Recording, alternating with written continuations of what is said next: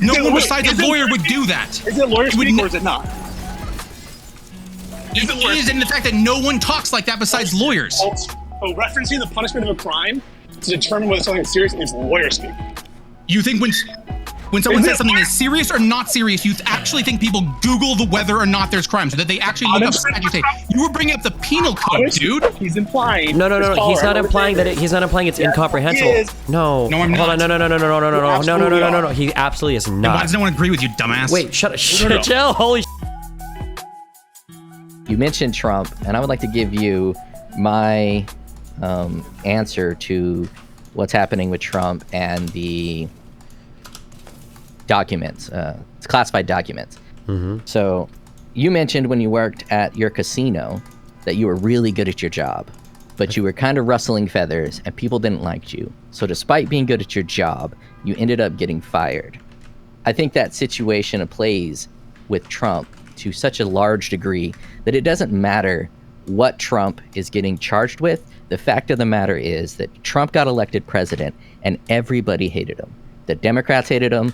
The Republicans hated him. He had his little small Trump fan base, but he was unable to be a politician and rally the politicians around him to his causes. So everyone is looking to get Trump out. So they're looking for a reason to fire him, to get him out of the office. So whether or not it's the documents or anything, they're just looking for anything to get Trump out of office. And I think a lot of presidents before Trump likely had classified documents and no one cared because they were good presidents, because people liked them. Like Joe Biden. On, wait. Say that part again. I'm sorry. I think. So you think people were breaking all these crimes because it was Trump? Now people care. Yeah, because it's Trump, people care. I mean, we can say that, but like, I mean, unless you have something for this is just a completely like, this is what I think happened, but we have no evidence for any of this, right? I think we have a little bit of evidence. The fact that everyone was very willing participant for all the fake news regarding the Steele dossier, and he's been impeached several times. Wait. I mean, evidence for the idea that a ton of people intentionally take and conceal classified information. Oh, okay, yeah. Joe Biden had classified documents in his garage from when he was vice president, and no one really cared until they went after Trump. Yeah, so let's put this into. But the crime isn't for having it; it's for intentionally having it and intentionally concealing it. The mens rea is not just like accidentally took something; it's knowingly taking and with the intent to keep. Right? Yeah, I'm not trying to say that Trump didn't do anything illegal. Well, no, but I'm more on the side of you're making the claim that a ton of other politicians obviously are doing this stuff all the time, and I don't know if we have any evidence of that whatsoever. Well, we wouldn't have evidence because I wouldn't care. Let me bring this to my life. When at my previous job, I'm a movie buff, the consumer. I consume all kinds of shit. In my previous life, I would go watch movies at lunch. I'm a very good employee. Everybody likes me. I can go watch movies at lunch, and it's no big deal. But one time, someone that they didn't like, and they were kind of looking for reasons to fire him. He goes and watches a movie with me. Mad Max, long, boring, didn't really like it. When we get back, there is a shitstorm in the office because the person they didn't like went out at lunch to watch a movie with me. So in order to write him up, they had to write me up. And I had watched probably 30 to 40 movies at lunchtime at this point. So I'd been doing this the entire time I worked there, which was like 8 years at this time. But they wrote us both up with the pretext to get this person they don't like the fuck out. And eventually it worked. They were looking for reasons to get him the fuck out. So I think everyone within the government knows that Trump is a disaster, and they are looking for reasons to get him the fuck out. And they finally found this reason. Yeah, I understand everything that you're saying, but like you're giving me, this is like a just so story. There's absolutely no basis in reality for it. It just like sounds compelling, but there's not a shred of proof for any of this. So I don't know how it's supposed to like. Yeah, it sounds compelling, right? But like there's there may not be a shred of proof for what's going on, but I want your perception or your opinion of whether or not that's exactly what's going on. No, I don't think so. So you think the classified document situation, if Barack Obama did it, he would be in the exact same situation? Absolutely. With how much the Republicans witch hunted Hillary over like Benghazi shit, with how much of an obstructionist McConnell was, with how much we obsessed over Hillary Clinton's emails, I think that if Obama had intentionally... actually, yeah, Republicans even try to do this because it's been so long. But wasn't there a huge deal made when the archives went to Obama's house and took like 20,000 documents just because they were doing what was an ordinary transfer of documents from his estate back to the White House? I feel like I remember listening to Rush Limbaugh talk about all the classified documents that Obama had stolen. Wasn't this a thing? Am I making this up? It's been a long time, but like I feel like I heard them talk about that. Yeah, I think it was a thing within the media, the right-wing conservative media, but I don't think it was a thing within Barack Obama's internal situation. It's not because Obama hadn't committed a crime, and there was no crime there, right? Same thing with Biden, and same thing with sorry, go ahead. If there was a crime, a minor crime, like Trump's is a pretty minor crime, I don't think that people... It's not a minor crime. These are felonies. Yeah, I'm pretty sure Trump is staring down felonies for the federal stuff. I don't think they're that minor. I mean, they might be minor felonies, I guess, but I mean... Are they minor or not? I don't know if they're felonies. Just because something's... Should you know they're felonies before you say they're minor crimes? To me, a felony is not that serious of a crime. Like, there's minor felonies. Felony a definition of a major crime? There's levels of felonies, and the very lowest felony is not that serious of a crime. For instance, isn't obstruction of justice is a serious crime? Well, wait. Actually, wait. Hold on, real quick. Were you going to bring up speeding? Yeah, isn't speeding above 50 miles an hour or something like that a felony? Yeah. Yeah, but hold on. That is a major deal. I think that counts. I think in a lot of states I think they call it willful reckless driving, and I'm pretty sure you can have your license revoked for 2 years because I think this is what Daryl Brooks. This is what happened to me in Iowa when I got my speeding ticket. So I would consider that to be. You know who Daryl Brooks is? Daryl Brooks ran over the parade in Waukesha and like killed 6 people and endangered like 63 others either by hitting them or class 1 reckless endangerment. That's a major felony. Those are 17-year sentences consecutive on each other. You're right. Killing people is a major crime. Is obstruction of justice a major crime? I don't know.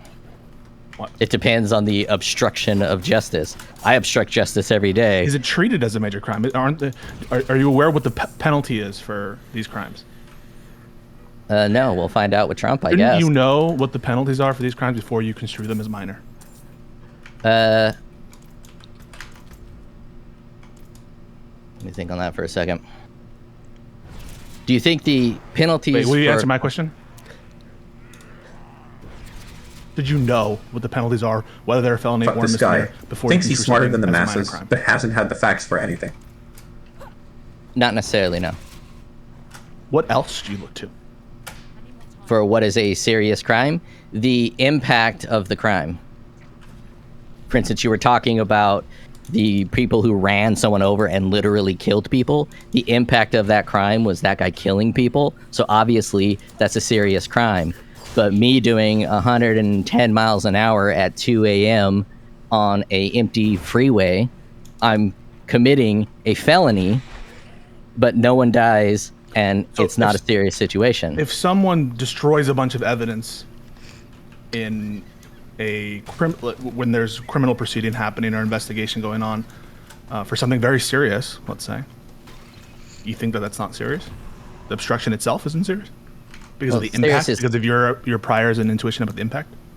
Serious is all weighted upon a degree. You're saying, is it not serious? If I say, yes, it's serious, then it puts destroying documents at the same level of something like murder.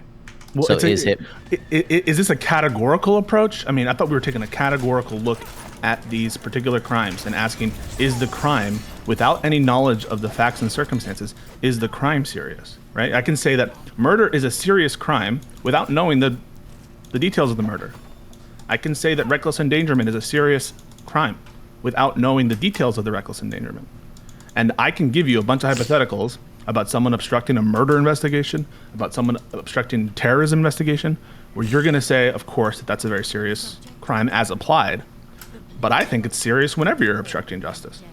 Okay, well, I can use that exact same logic and say doing heroin is a felony. Is doing heroin a serious crime? Yeah, so if doing heroin is a felony, the law regards it as a serious crime. That said, John Zerka I'm not telling doing you coke 3 times during a podcast created 3 felonies while on this podcast. You're telling me that's a serious crime because it's a felony? First of all, I don't know that private consumption of cocaine with just the amount to get oneself high is by itself a felony. So I'm not. It sure is by itself a felony. I'm not. What jurisdiction are you talking about? Every jurisdiction. It's a federal crime to do cocaine. Put YouTube chat on the screen. To possess and use cocaine is a federal crime. Any quantity is a felony. Yes, it is. Okay. I don't know that. And it's not a serious crime. You can just because something is a felony doesn't make it serious. I understand that a lot of things are classified as felonies that normal people aren't going to construe as serious crimes. But we're talking about crimes that have huge prison sentences that are very serious, I think, in the intuitive sense that you're appealing to. We're talking about how is our criminal justice system going to operate if we let people just destroy evidence, try to again, I'm not saying that this is necessarily as applied to Trump, but the crime of obstruction of justice would allow people to, if you got rid of it, destroy evidence, try to intimidate witnesses. Yeah, and in the same vein, the crime of obstruction of justice can be extremely minor. There's a degree. Who has been charged? Is it a major crime? Again, all crimes can be considered major depending on the scale at which you're measuring it. If you're comparing it to other crimes, no, it's not that serious. How many people have been charged for what Trump is being charged for and served a jail sentence? Obstruction of justice? Yeah. How many politicians have Politicians? Are you saying politicians or individuals? So now my universe of people is either. People have been charged and gone to jail and served prison sentences for obstruction of justice. You're saying the people that have... You deny that? No, I don't deny that. I did deny the serious... Should they? Is it... So, I mean, why is it not serious for... if you want to just go to the facts here, why is it not serious for the former ex-president... the former president to ignore, by all accounts, a grand jury subpoena purposely? Because him ignoring that grand jury subpoena had no impact. There was nothing that happened from him ignoring it. It's Trump being a fucking incompetent idiot. It's not That's not how we... Come on. You could attempt to shoot someone and nothing happens because you miss or whatever. We don't... Yeah, and attempting to shoot someone is a different crime than actually... It's a different crime than actually shooting someone. It's a major crime. If you attempt to shoot someone and you miss and you don't shoot them, you're getting a significantly lower sentence than if you shoot someone and kill them. Actually, if you're aware about the model penal code and a lot of standards, and not every state has adopted this, and there are states that downgrade attempts versus completed acts, but there are many states that grade them exactly the same. I would need to see that because I don't believe that for a goddamn second. You're telling me that if someone shoots at somebody, they're going to get the same sentence as if they shoot at somebody and murder them. Attempted murder. A lot of states will downgrade and will not give certain options for attempts. But the standard in the model penal code is to charge, which has been adopted by many states, and there are differences always, has been to charge attempts, even felonies done in the commission where death happens in the felony murder rule, to charge those the same as their highest level murder of intentional murder. I mean, these are serious, at least as the law defines them, in terms of their sentences, about what could happen to Trump if he's convicted on all these counts. In terms of, you might think that it's no big deal that classified information, national defense information, that stuff doesn't matter. But at least you could acknowledge that the law construes them as serious crimes. And your point about cocaine, like imagine you were to go in China where heroin, the punishment for doing heroin or cocaine was death. Would you say that there are serious crimes in those places? No. No? The punishment doesn't dictate how serious the action is. Punishments have been fucked up for a long time. I mean, they had the 3 strikes rule back in the day. When you would get caught for 3 times, you automatically got 5 years for the possession of mushrooms. Just because you're possessing mushrooms and you're getting 5 years, you're getting a serious sentence doesn't mean the crime was a serious crime. Okay, wait, let me shortcut this argument. As much fun as we had to milk you guys for 2 hours on this, okay? Can we both just define what we consider a serious crime to be? Because you guys are clearly both working off different definitions. I believe Pisco is working off the definition that a serious crime is a crime such that the statutes in the United States Code define it as like a felony or something, right? Whereas the other guy is saying a serious crime is like a bad crime, a thing that's really bad. So even if you could get like, even if it was like a class 1 Delta Force level fucking felony for smoking a joint, he would say that's not a serious crime because smoking a joint. He's going by some personal moral standard to call it a serious crime or not. Whereas Pisco, you're appealing to the law, right? I mean, yeah. So then he should just say what he means, and he should just say, if he's just saying, I think this is not serious. That's what he means. Let me bring it back to the point. But do you think this is a serious? What Trump did was a big deal? No. Well, fuck. In terms of the actions of every president in the United States and what their code of conduct is, yes, it's a serious deal. But in terms of actual morality of the situation, it's not that serious of a deal. It's not like Trump was holding these classified documents with bad intentions. He was doing it because he's a fucking moron and a contrarian, and he was just like, no, I'm not going to give you these fucking documents. He's a child throwing a temper tantrum with these documents. So in terms of its seriousness, it doesn't really apply because he's not doing it with an intention of having a massive situation going on. He's doing it just because his intention is to defy the law. His intention is to defy the current executive. His intention is to not return things that don't belong to him. Right? I mean, like if you steal stuff, right, he essentially stole things. Those things don't belong to him.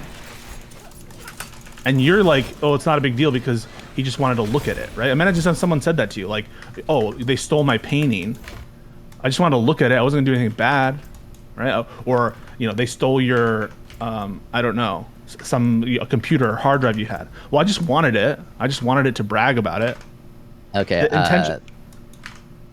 I don't like where you're going with the line of questioning. It doesn't seem like you're in good faith communicating with me. So let's bring it back. How am I not in good faith? Because, dude, you're saying that it's a serious crime simply because it's a felony, and there's multiple levels of felonies, and some felonies aren't that serious of a crime. Let's talk about the facts. Let's really talk about the facts. If Trump had desired to give these documents and just hang them on the walls of Mar-a-Lago, would you say it's a serious crime?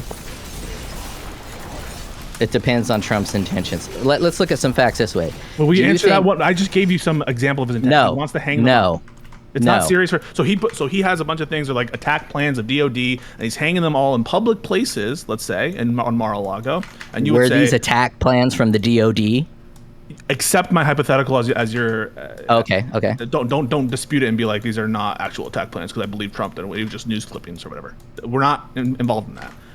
Assume that these documents are what they purport to be, which is the highest level of classification, national defense information relating to literally attack plans, among other sensitive information. And he just wants to hang them up on the walls of Mar-a-Lago. In that situation, he doesn't want to give them over to the Russian ambassador, but he does want to hang them up just so people can see him. Like, look, I was the president. I did have access. Would you say that's serious? Yeah, that's pretty serious. And engage my hypothetical. If Trump is only holding these documents to be able to create a media storm over his name, to rally his presence, and to bolster his base, do you think that's a serious crime? Absolutely, 100%. Do you think it's as serious? Can I throw in a real life example? What about the guys on the Thug Shaker Discord? Because the intention there wasn't to cause any harm at all to the United States. The guy just, like you said, he was like Trump. He just really wanted to show off to his friends and show like how cool he was. Do you think that was serious? Are you familiar with the Thug Shaker shit? No, I'm not familiar with any of this. You're not? You haven't heard about this? No, I haven't. There was some guy who had access to like super classified information. He was just like sharing it on Discord, like Ukraine stuff. There was a ton of classified stuff that got dumped because of that guy. Yeah. Would you gauge that as more or less serious than the classified documents that Trump had? Well, we don't know yet. You just dodged the question, right? Yes, that would be considered serious. Isn't that exactly, but worse? So now that we all take your thing, I agree that it's worse what Trump did than what's going on there because of the other stuff related to obstruction. Yeah, it still comes down to the nebulous phrase of serious. So, for instance, when someone says, "Can you get me that ASAP?" the vagueness of ASAP is different for every single person. Then why so are you quick to say it's minor? If it's like if you're what you're saying because is it's true, minor it's to all me. Subjective. So, but you just said it wasn't minor for you with the situation of the Discord server. If that's not minor to you, how can you say Trump's is minor by using your own reference points? Okay, the point of my conversation initially was the fact that the primary reason they're going after Trump is simply because no one likes Trump, and in order for my analogy of everyone going after Trump because no one likes Trump, I said that classified documents were just what they found because they're looking for things on Trump simply to get him out of office. So that's the context of it. The seriousness of you called it a minor crime, didn't you? Oh, fucking Christ. To me, it's a minor crime. Trump could have done much worse things. So they found cocaine in the White House.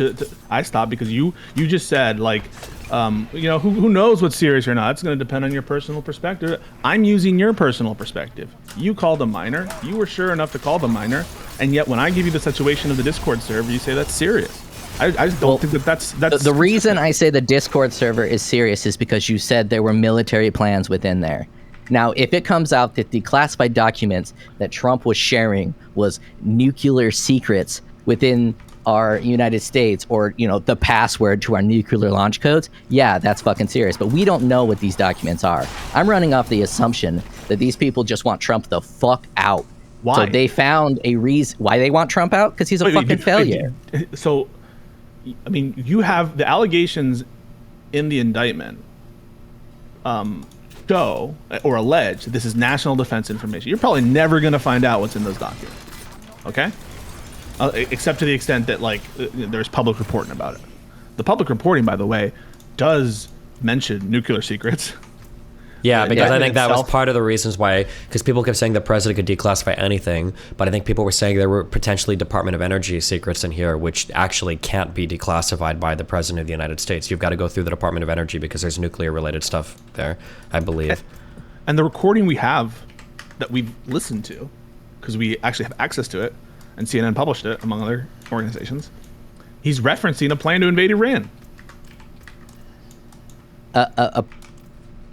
He's pointing to something purporting to be a Defense Department plan strategy to invade Iran. Okay, let me rephrase this. Because did you know that? Yes, I did. Let me rephrase this because you're getting lost in the weeds of the gravity of the crime. Do you think that... Destiny already answered this. But do you think that if a different person who was well liked by everyone, let's just use Barack Obama. I'm not getting off of this point. I'll go to that point after, but first you have to say it's a serious crime, and then we'll go on to the double standard. It's not. I can't determine whether it's a serious crime until I know exactly what was leaked. But why were you? How can you determine it's a minor crime? Because it's just the documentation's leak. Wait. If you say you can't determine whether it's serious without the documents, how can you determine that it's minor without the documents? Because I view serious crimes as things like murder and releasing a document. Wait. Sorry. Don't dodge. You call them. I'm not dodging. You just said that the Discord server was serious, because what was in the Discord server? What was shared? Well, I was only going off you. I've never heard of this story. You said there was military plans in there, and a random. I gave you the fact that Trump shared military plans with the people, and you said, "Why aren't you calling that serious?" The military plans that Trump shared is only a fraction of what he shared, and we don't know those exact details. We only know what Trump was saying. So you're telling me Trump has never lied? Trump is on recording talking about what he had in these classified documentations. You're telling me that Trump is such an honest person that he wasn't just shooting the shit and blowing smoke out of his ass? You know what I think he was doing, actually, the consumer? I think he was doing a play. He had written a new script for a play where he was acting and preparing for an audition where he was saying all this stuff, and it wasn't actually what he was doing. I mean, do you really think that he was just I don't really think that. Shit? I think that Trump, on occasion, is completely full of shit, and he wants to grab people by the pussy, and you can't take Trump for his word. So until we get exactly what Trump You're not going to get it, bro. You're not going to get these documents. Someone's going to get it. All right. So I mean, I guess I'll just say this. Assuming they were defense plans, given what you've already said about this Discord server, would you or would you not agree that the Trump case is serious? Since you said the Discord server was serious, just when I said defense plans, if I'm telling you and you're accepting for the purpose of this hypothetical that they were defense plans, wasn't Trump's serious? Yeah, of course. Okay. But and you so then therefore you take back what you said that they're minor crimes, right? no, because I don't Why know not? that How for do a you know fact. how do you know that they're minor? If you're saying that it could fine, very fine. well, They're take it an back? unknown strength of quality. They're either minor or they're serious, depending on what's in these leaked documents. The main point of this hypothetical is that everyone is looking to get Trump the fuck out of the office, and they're looking for any reason they can, and they found a reason. Now, that reason could be very valid, and it could be very serious, or it could also be very minor. And if it's minor, the only reason they're going after Trump over a minor offense, with the assumption that it's minor, is because he's Trump. If Trump was well liked amongst all of his peers and he creates a minor offense, it's going to get overlooked. garbage. Okay, so Do you they think found Biden, do you think Biden and Clinton, Hillary Clinton, are well liked, such that they would be benefits to the grace that you're saying is not being given to Trump? yeah, without a doubt. I don't Why is think. there, do you know that there's a special counsel investigating Joe Biden? Yeah, because Republicans are in the House and they're trying to attack their other political side. But the difference between Trump and Joe Biden is everyone in the Democrats like Joe Biden. Trump is hated in the Democrats and the Republicans. Trump is universally hated, and he was terrible. His own military lied to him and treated him like a joke because he's just ineffective as a politician and as a leader, and they want him the fuck out.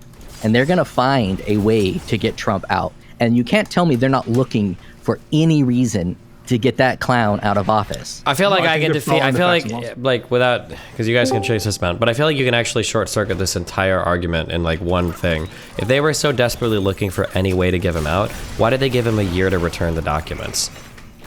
Because if they would have come after him, I feel like if they would have like done the FBI raid after like 2 months, I think most people would have been like, yeah, okay. Like, they gave him a chance, they gave him a month, they contacted him a second time, he told his lawyers to lie. Like, I think most people would still be pretty similar, but they didn't give him 2 months. I'm pretty sure they gave him over a year. That doesn't feel like a department that's, like, desperately, obsessively trying to get rid of Donald Trump. Also, there's compelling evidence that the FBI and the Department of Justice slow-walked the investigation into Trump after Biden was elected. My answer... And the special counsel answer to investigating that- Biden, hang on, Andy, the special counsel investigating Biden was appointed by Biden's own Department of Justice. It has nothing to do with congressional Republicans. Doodles. Yeah. My answer to that would be the unprecedented nature of this situation. They don't really know how to handle it. And going after the president is a big fucking deal. So they're giving him time because I don't think the FBI wants any of this smoke. I don't think the FBI wants to deal with any of this. Contradicts what you just said, that they're doing How does that everything in their power to get rid of them. Well, FBI isn't who I'm considering in they. They as in Trump's peers, as in Democrats and Republicans. So you're telling me that you think the FBI is above, you're thinking that they're all out to get Trump, but the FBI is above board. You realize that all these Trump conspiracies, the FBI is like persona non grata. They're like target number one. There's factions within the FBI Strzok and all the that special are likely shit, right? out to get Trump as well. But the FBI as a universal hub is just a little bit different than like the Democrat Party. The Durham Doesn't the report, FBI too, have I more think was control of the focused... investigation than Yeah, sorry. Doesn't the FBI investigate? I mean, if the Democrats control this, I feel like they'd be fucking charging him for Mueller, for obstruction with Mueller. Yeah, and if the Democrats were in charge, they would be.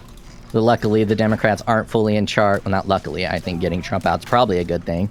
But they're not fully in charge. So they're working with... It reminds me of like the Nick Fuentes stuff, where there's always a reason why when the power fails or the conspiracy fails, there's always a convenient explanation for why in this case it fails. I think you're just misunderstanding what I'm trying to say.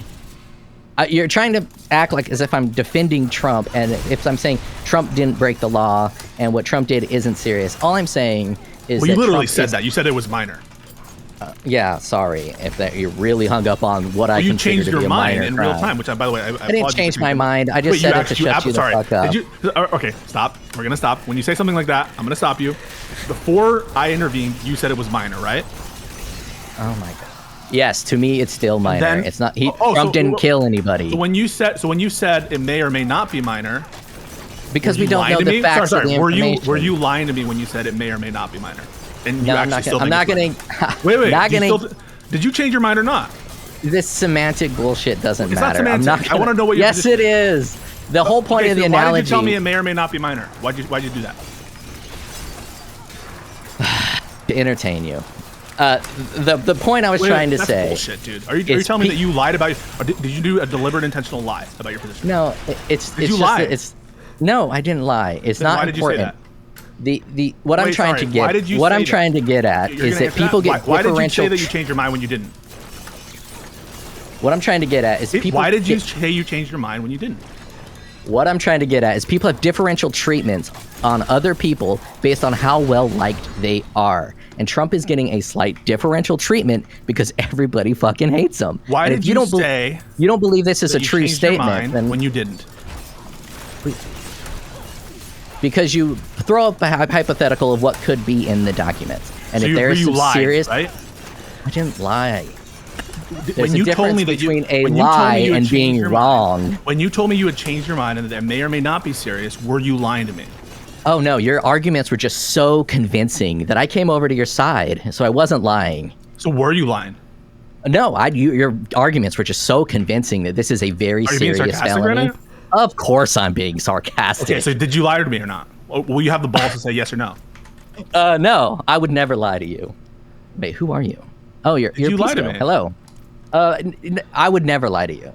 You're a lawyer, and I would go to jail because lying is a very serious crime.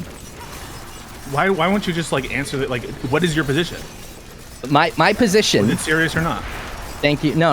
Let's ignore the position of serious. No. I'm not going to go with someone who's going to lie about their my position is I have absolutely no clue the legal precedent for the seriousness of this crime. But my perception of the seriousness of this crime as a leaking documents, is that it's minor. Did you say later on that it may or may not be minor when we walked down that entire path? I most definitely did. It may or may not be minor. Okay, I still hold that position. So then you don't know it's... is it your position still that it's minor?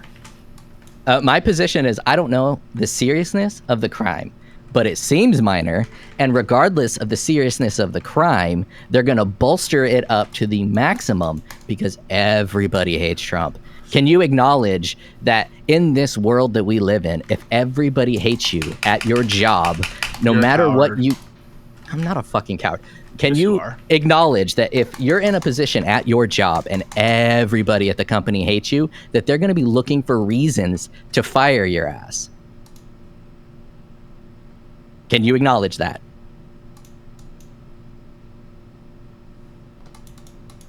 I think he died. Did you lie?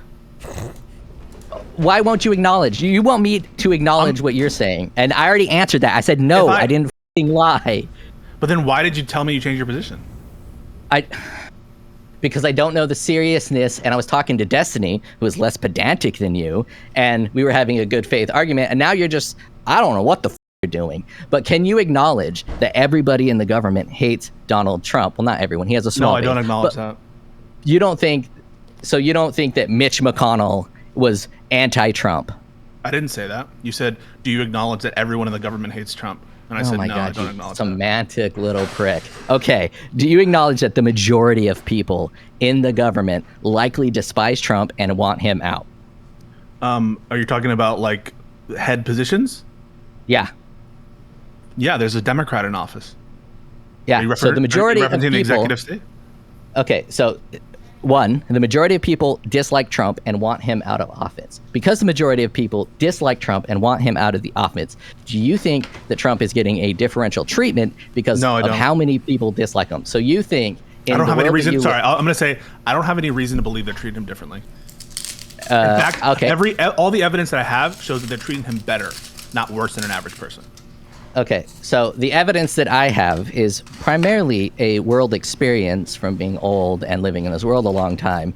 When How old people are you? don't, I'm in my 40s. When people don't like you, and you're at a job doing your job, and people don't like you, they will find reasons to get you the fuck out of the job. It's happened to Destiny. It's happened to like 4 people that I know, and it's happening to Trump. Now, the seriousness of Trump's crime wasn't really my point of the conversation. It could be super serious that he leaked these documents, or it could be minor, but it doesn't really matter. What I'm trying to say is that everyone wants Trump the fuck out, so Trump is going to be treated differently. Can I? And I'm not saying. Can I say real quick? Pisco, I don't know if you would agree with this or not. I think that I think you might have somewhat of an argument if we were just talking about the New York charges. Do you think that's fair, Pisco? That maybe there might be more meat to that argument there, or no? No comment. Oh yeah, never mind. I think that if we were just talking about this, because those are charges where we're past the statute of limitations, but not technically, because maybe we can argue it was done to commit another crime, and we can argue about the seriousness of those. I think if we were just talking about the New York stuff, I think you might have a stronger argument. But the federal stuff it's a lot harder to say that there's a lot of unfair or undue aggression being shown towards Trump here, I think. In terms of proving that unfair aggression, that wasn't so much my point. Do you think that if the majority of people dislike you, that you're going to get the same treatment as if the majority of people liked you? I think that not necessarily. I think it could be worse, but we have to show that, right? You have to show that. And in this case, are you telling me at McDonald's to get fired? Yeah, probably. It's a lot easier. What I would show for my for instance, for my casino job, I would say that ultimately the reason I got fired and all of my write-ups leading to me getting fired were really goofy. And we can go back and we look at the documented paper trail for why I got fired. I think that I got on the bad side of I think I got on the bad side of one, my major manager, and that marked me for deletion. But even if that's true, let's say that it was the case that later on, while I was quote unquote marked for deletion, let's say I would have gotten into an altercation with a black customer, called them the N-word, right? I couldn't wheel out these same arguments and go, well, I got on the bad side of my manager, they were looking for a reason to fire me, blah, blah, blah. That all might be true, but the actual reason I got fired was completely and totally valid, if that was the case, right? And you go, isn't it more likely that you did it for other reasons and you just are finding something? Yeah. Argument, you know what it means when it says an argument proves too much? No. Okay. But let me talk on Destiny's point real quick. Now, Destiny, imagine you weren't a good employee. Mm-hmm. You were a piece of shit, and just like Trump, a piece of shit, not good at your job, and they were looking for reasons to fire you, and then you called someone the N-word. Do you think that the reaction, now the penalty is obviously going to be the same because you literally did that, and for Trump, I think the penalty will be the same, but do you think that the ferocity of the action would be equal? Maybe not, but again, everything you're saying, I think you're doing a mistake where you're showing a propensity for something and confusing that for the thing itself. I think that's the issue. Let's say that a man and a woman get into an altercation, and then let's say that somebody gets injured, and we're trying to figure out who got injured, and you just keep saying well, the man has higher testosterone. Isn't it more likely that he did it? And it's yeah, but that doesn't actually determine who did it. Well, yeah, but he's got really high testosterone. He probably did it, right? It's well, I mean, maybe, but we don't know. We would actually try to find out the fact of the matter, right? Did he actually do it or did he not? You keep saying that there's a chance that Trump could be treated unfairly, which I guess I could agree. There is a chance. And you keep saying well, wouldn't people want to? And I'm yeah, I guess they could want to. And then you're confusing that for then they did. But we have to show that. And all the actions so far seem to be starkly to the contrary, given how many different organizations contacted him and his attorneys and gave him multiple chances, and the length of time between the initial investigation, the subpoena, the raid, and everything else. So it seems to be that even though there might have been a propensity for something, the thing itself did not materialize. And you just want to talk about the propensity for it without looking at the thing itself, is what it feels like. Oh, no, I'm more talking about universal truths within the world. A universal truth. You're hearing what Destiny's saying? You can apply this to anything. If you could say something like this, isn't it more likely that... I fully agree. Isn't it more likely... Stop your point. I fully agree. I heard what Destiny said, and I agree. It's for everyone else, so they can see how stupid this is and how stupid you are. Isn't it more likely that a government that is entrenched with elements of the military-industrial complex is going to fake a terrorist attack to provoke a war? Isn't it more likely than if they didn't have that? And as an argument to say that 9/11 was staged or it was part of a plot to start a war, you could use that and apply that same logic and argument to almost anything. Okay, let's use that. Let's run down that line of thinking. Do you think that the military-industrial complex had any role in us going to war in Iraq after 9/11 towers fell? We're talking about who did 9/11, not whether Well, or not... we can even run that down. But the same argument would still apply. Like, I would agree with you that because there's a financial motive there might be an incentive for them to do so, but it seems you're happy to end the argument there. Well, what I would say is there might be an incentive for them to do so, but then let's see if they actually did it. Like, that's the important part. We wouldn't just assume that because there's an incentive there, it necessarily happened.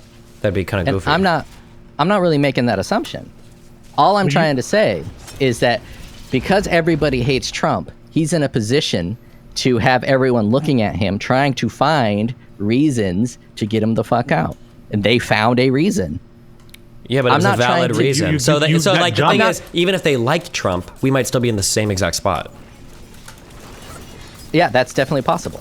No, not possible. Likely. Like if Obama or Hillary had done anything like this, intentionally concealed documents, didn't cooperate with investigators, told their attorneys to lie about what was being shown. Like I think we would be in a pretty similar or identical spot. I don't think so. Wait, but on what? Look. Yeah, on what basis? On what ground is because when you like somebody, regardless of the situation, if you like someone, you can't help yourself but treat them differently than someone you dislike. Yeah, but then how can we explain, for instance, so then are we saying the government is more favorable to Democrats? When the Democrats have the majority... Do you think they liked Hillary Clinton more than Donald Trump? As a whole? Yeah, I think they like... Okay, wait. Here's a question. Pisco or not Jedediah.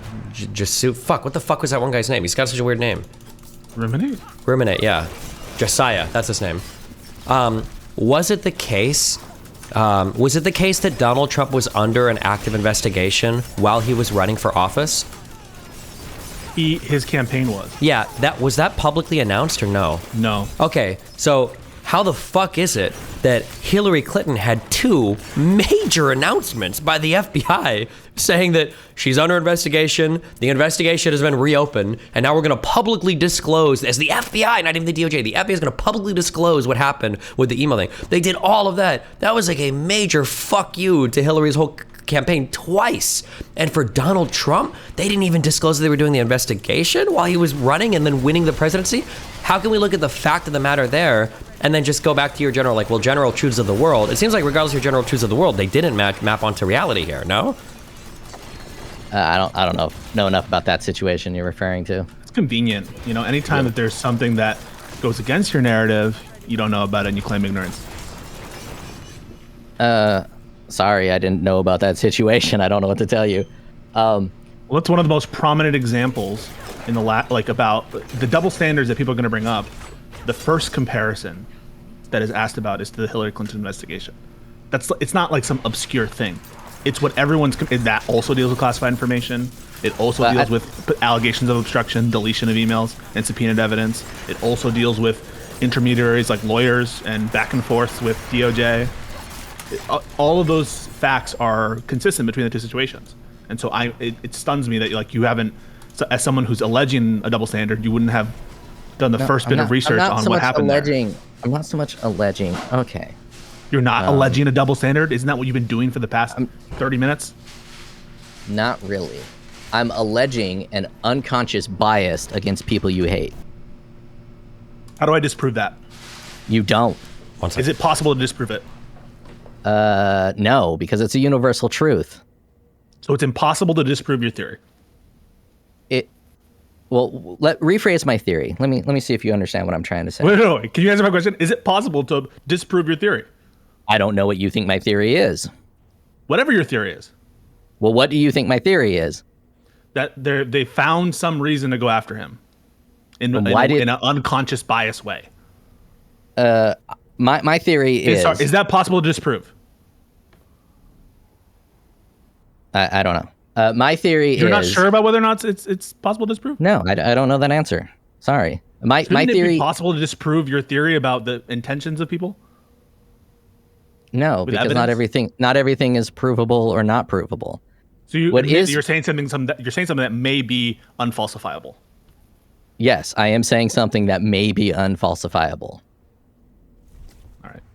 Go ahead. So, a truth in this world is that people that are liked get treated differently than people that are disliked. This is like a universal truth. And when you like someone, you give them differential treatment. And it even happens in courtrooms. I'm sure as a lawyer, you know this. If someone's a jackass to the judge is going to charge them differently. Joe Sometimes Biden. they treat them better. I mean, you say that, right? But like, I've already brought up the Darrell Brooks situation for purposes of defining what's a serious and not serious crime. But I'm thinking back to that trial because I've been looking at clips at it about it. And there, the judge, you can tell Darrell Brooks is constantly interrupting. He's representing himself pro se. Just give me a second. All right, I'll talk while you're on your phone. It is a universal truth that people treat people differently. And it's a criminal offense to do cocaine. And Hunter Biden did cocaine. But because Hunter Biden is a part of a rich family, he gets different treatment. And not just Hunter Biden. Any rich celebrity can break multiple laws and get different sentencing than a poor person who breaks those laws. And that's because they're in different social stratums within society. And this differential treatment is the same for how much you like somebody. Now, did Trump break the law? Probably. What Trump broke the law, is he going to go to jail? Probably. If someone else was in Trump's situation, would it be identical? Probably not. If someone else did exactly what Trump did, the handling of the situation, both from a reality standpoint and a perception standpoint, would be completely different. Sorry, I had a call. I think that your universal truth that you're trying to push here, if it is the case that you can apply it in all domains of life and it always fits, that's what a universal truth is, right? A universal truth is never wrong. Yep. Right?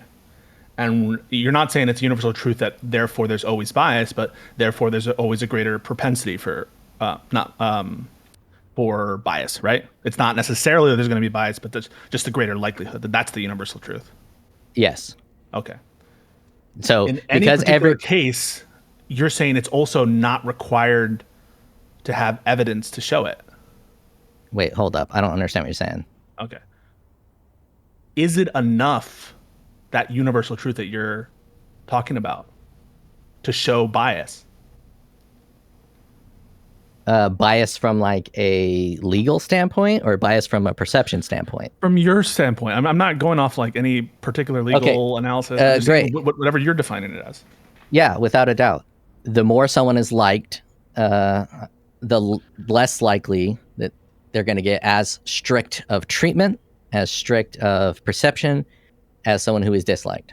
Then that's what I'm getting at. Like when I say it's unfalsifiable, what I'm telling you is no amount of evidence that Destiny and I could provide to you of good faith on behalf of the DOJ would ever be enough to show you that the decision here was made without bias. Nothing we could show you would change your mind. And then I'll ask again, is there anything we could show you that would change your mind about whether this was biased? So the bias part isn't necessarily what I'm that concerned about. What I'm concerned about is Did you answer my question though? I have faith in the judicial system, and I think if Trump is completely guilty, that his verdict will be handed down to him without bias. Wait, really? Yes. I'm sorry, then I don't understand. Are you saying the process is biased? The verdict will be like where is the procedure that you think is biased? What thing is biased? The thing that is biased is all of the governmental officials who dislike Trump and are looking for reasons to get Trump out of office. Now, they found a reason, and now that they found that okay, let me rephrase that. I think the finding of the classified documents probably had an element of bias because they were looking for something to find within Trump, and they found it because Trump was hiding. Is that possible? So that's an intent, right? When you say they're looking for something to screw him with, that is speaking about the intentions of the investigators and the people who back the investigators. Fair? They're speaking to the intentionality of them. Intentionality, yes. Yeah. So what I'm asking you is there anything we could show you that would change your mind about what the actual intentionality was of the actors? Yeah. What could we produce? So, for instance, when they found cocaine in the White House, if they treated that felony as a serious crime, because felonies are serious crimes, and they actually did proper analyzing, they went through the security cameras to figure out who brought cocaine into the White House, and they treated that with the same level that they would treat it if it's Trump. If Trump was in the White House and they found cocaine in the White House while Trump was in the White House, do you believe they would treat that situation identically Yes. to how they're... Have you reviewed the Secret Service official statement on that matter? Oh, no. Come on. You're going to allege bias on that basis, and you haven't even read the less than a page official statement of the Secret Service on what they did?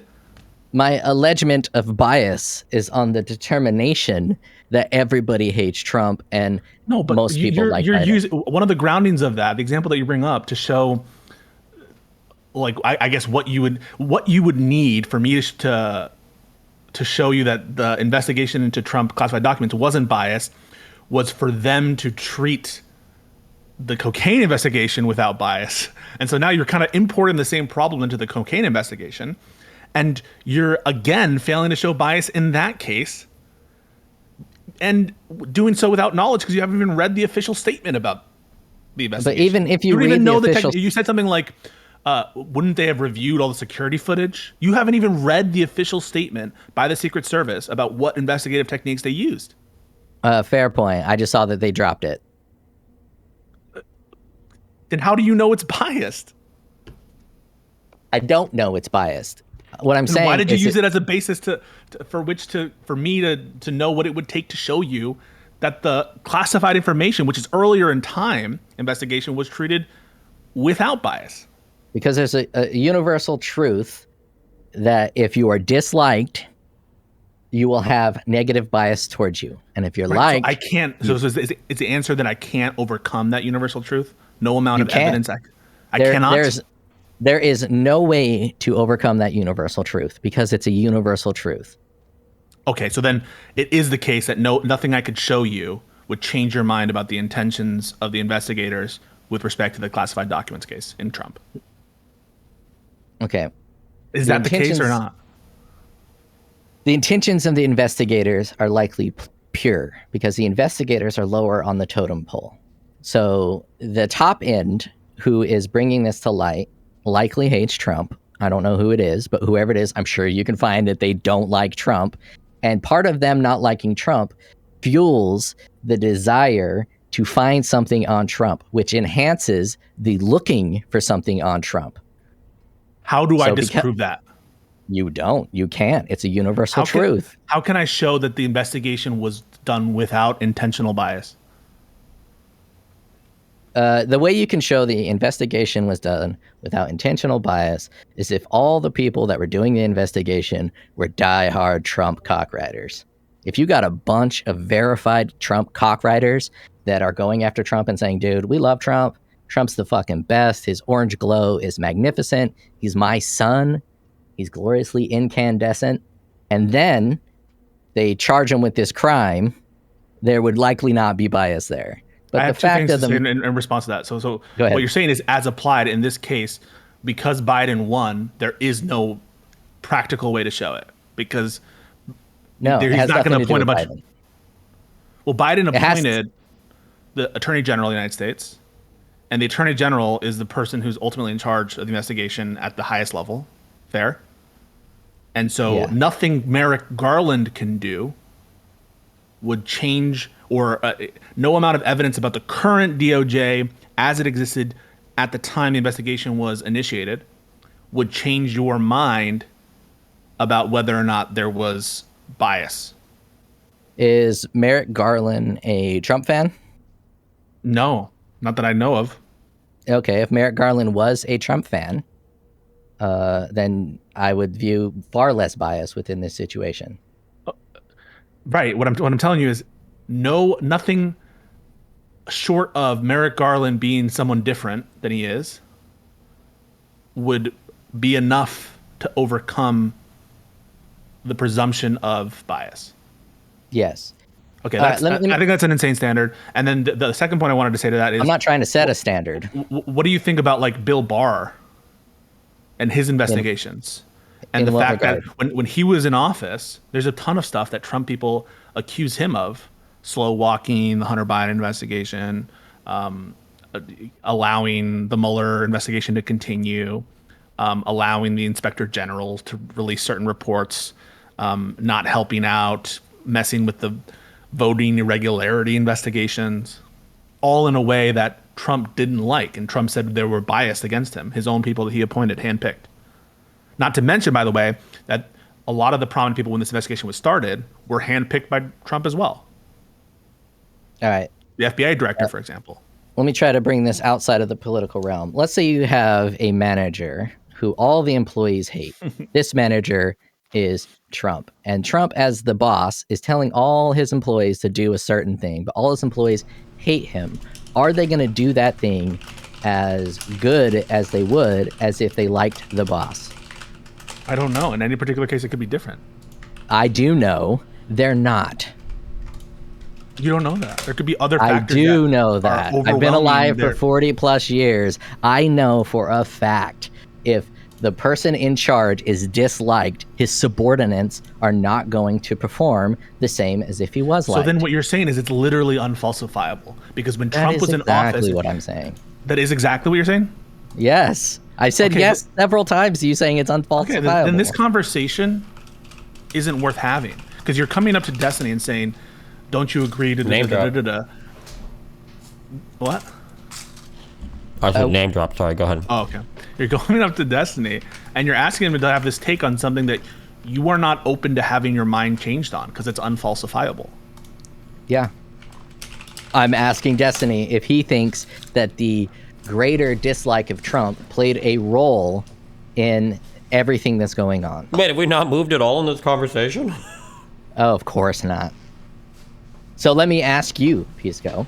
Yeah. Do you think the fact that the military, every agency within the government is largely disliking of Trump, do you think that had any role in everything that's happened within his presidency? In everything that's... Can you, like... Everything. Tailor your questions a little better? No, this whole thing is supposed to be broad and not hyper-specific. You're asking me, given the premise that... Wait, the Capstone dungeon is level 70. Why does this guy in chat keep saying it's level 60? Don't I think that that affects how they treat him? Yes. Just on a general broad level as opposed to... On a general broad level. Listen, I do think and accept that there have been actions taken by members of the administrative state and members of his cabinet and all of the things that absolutely have to do with their dislike and animosity of Trump. Also what he does, and sometimes with good reason. Like, if I'm not putting intent on this. It's all for good reason. Yeah, they have a priority to get rid of Trump because nobody likes him. May I like enter just like a thing, because I don't know how we're solving this thing. This is what I feel like is the thing. Okay, what you're bringing up, consumer, what you're bringing up is the equivalent to what I talk about in relationships called a red flag. An age difference between two people, a significant age difference, is a red flag. But a red flag isn't necessarily a bad thing. It just could be a bad thing, and oftentimes is. So a red flag demands further investigation. So for instance, like a 30-year-old guy and a 20-year-old girl, that's a red flag. So a red flag means you should investigate. But you wouldn't say this is bad because of the red flag. You would say there is a red flag, so we should look into it.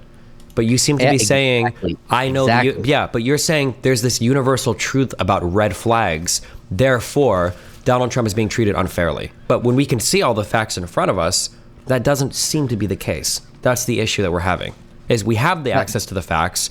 It's not like we've got like a random indictment we don't know anything about. Like, so that's why your argument seems to fall on its face.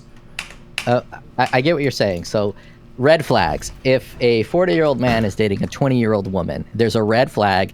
People are more prone to look into that situation, right? Sure. If it's a 20-year-old and a 20-year-old, they're less likely to look in that situation. So because Trump is a red flag, all the agencies are more likely to look into what Trump is doing. Okay. If Trump was well-liked and beloved across Republicans and Democrats.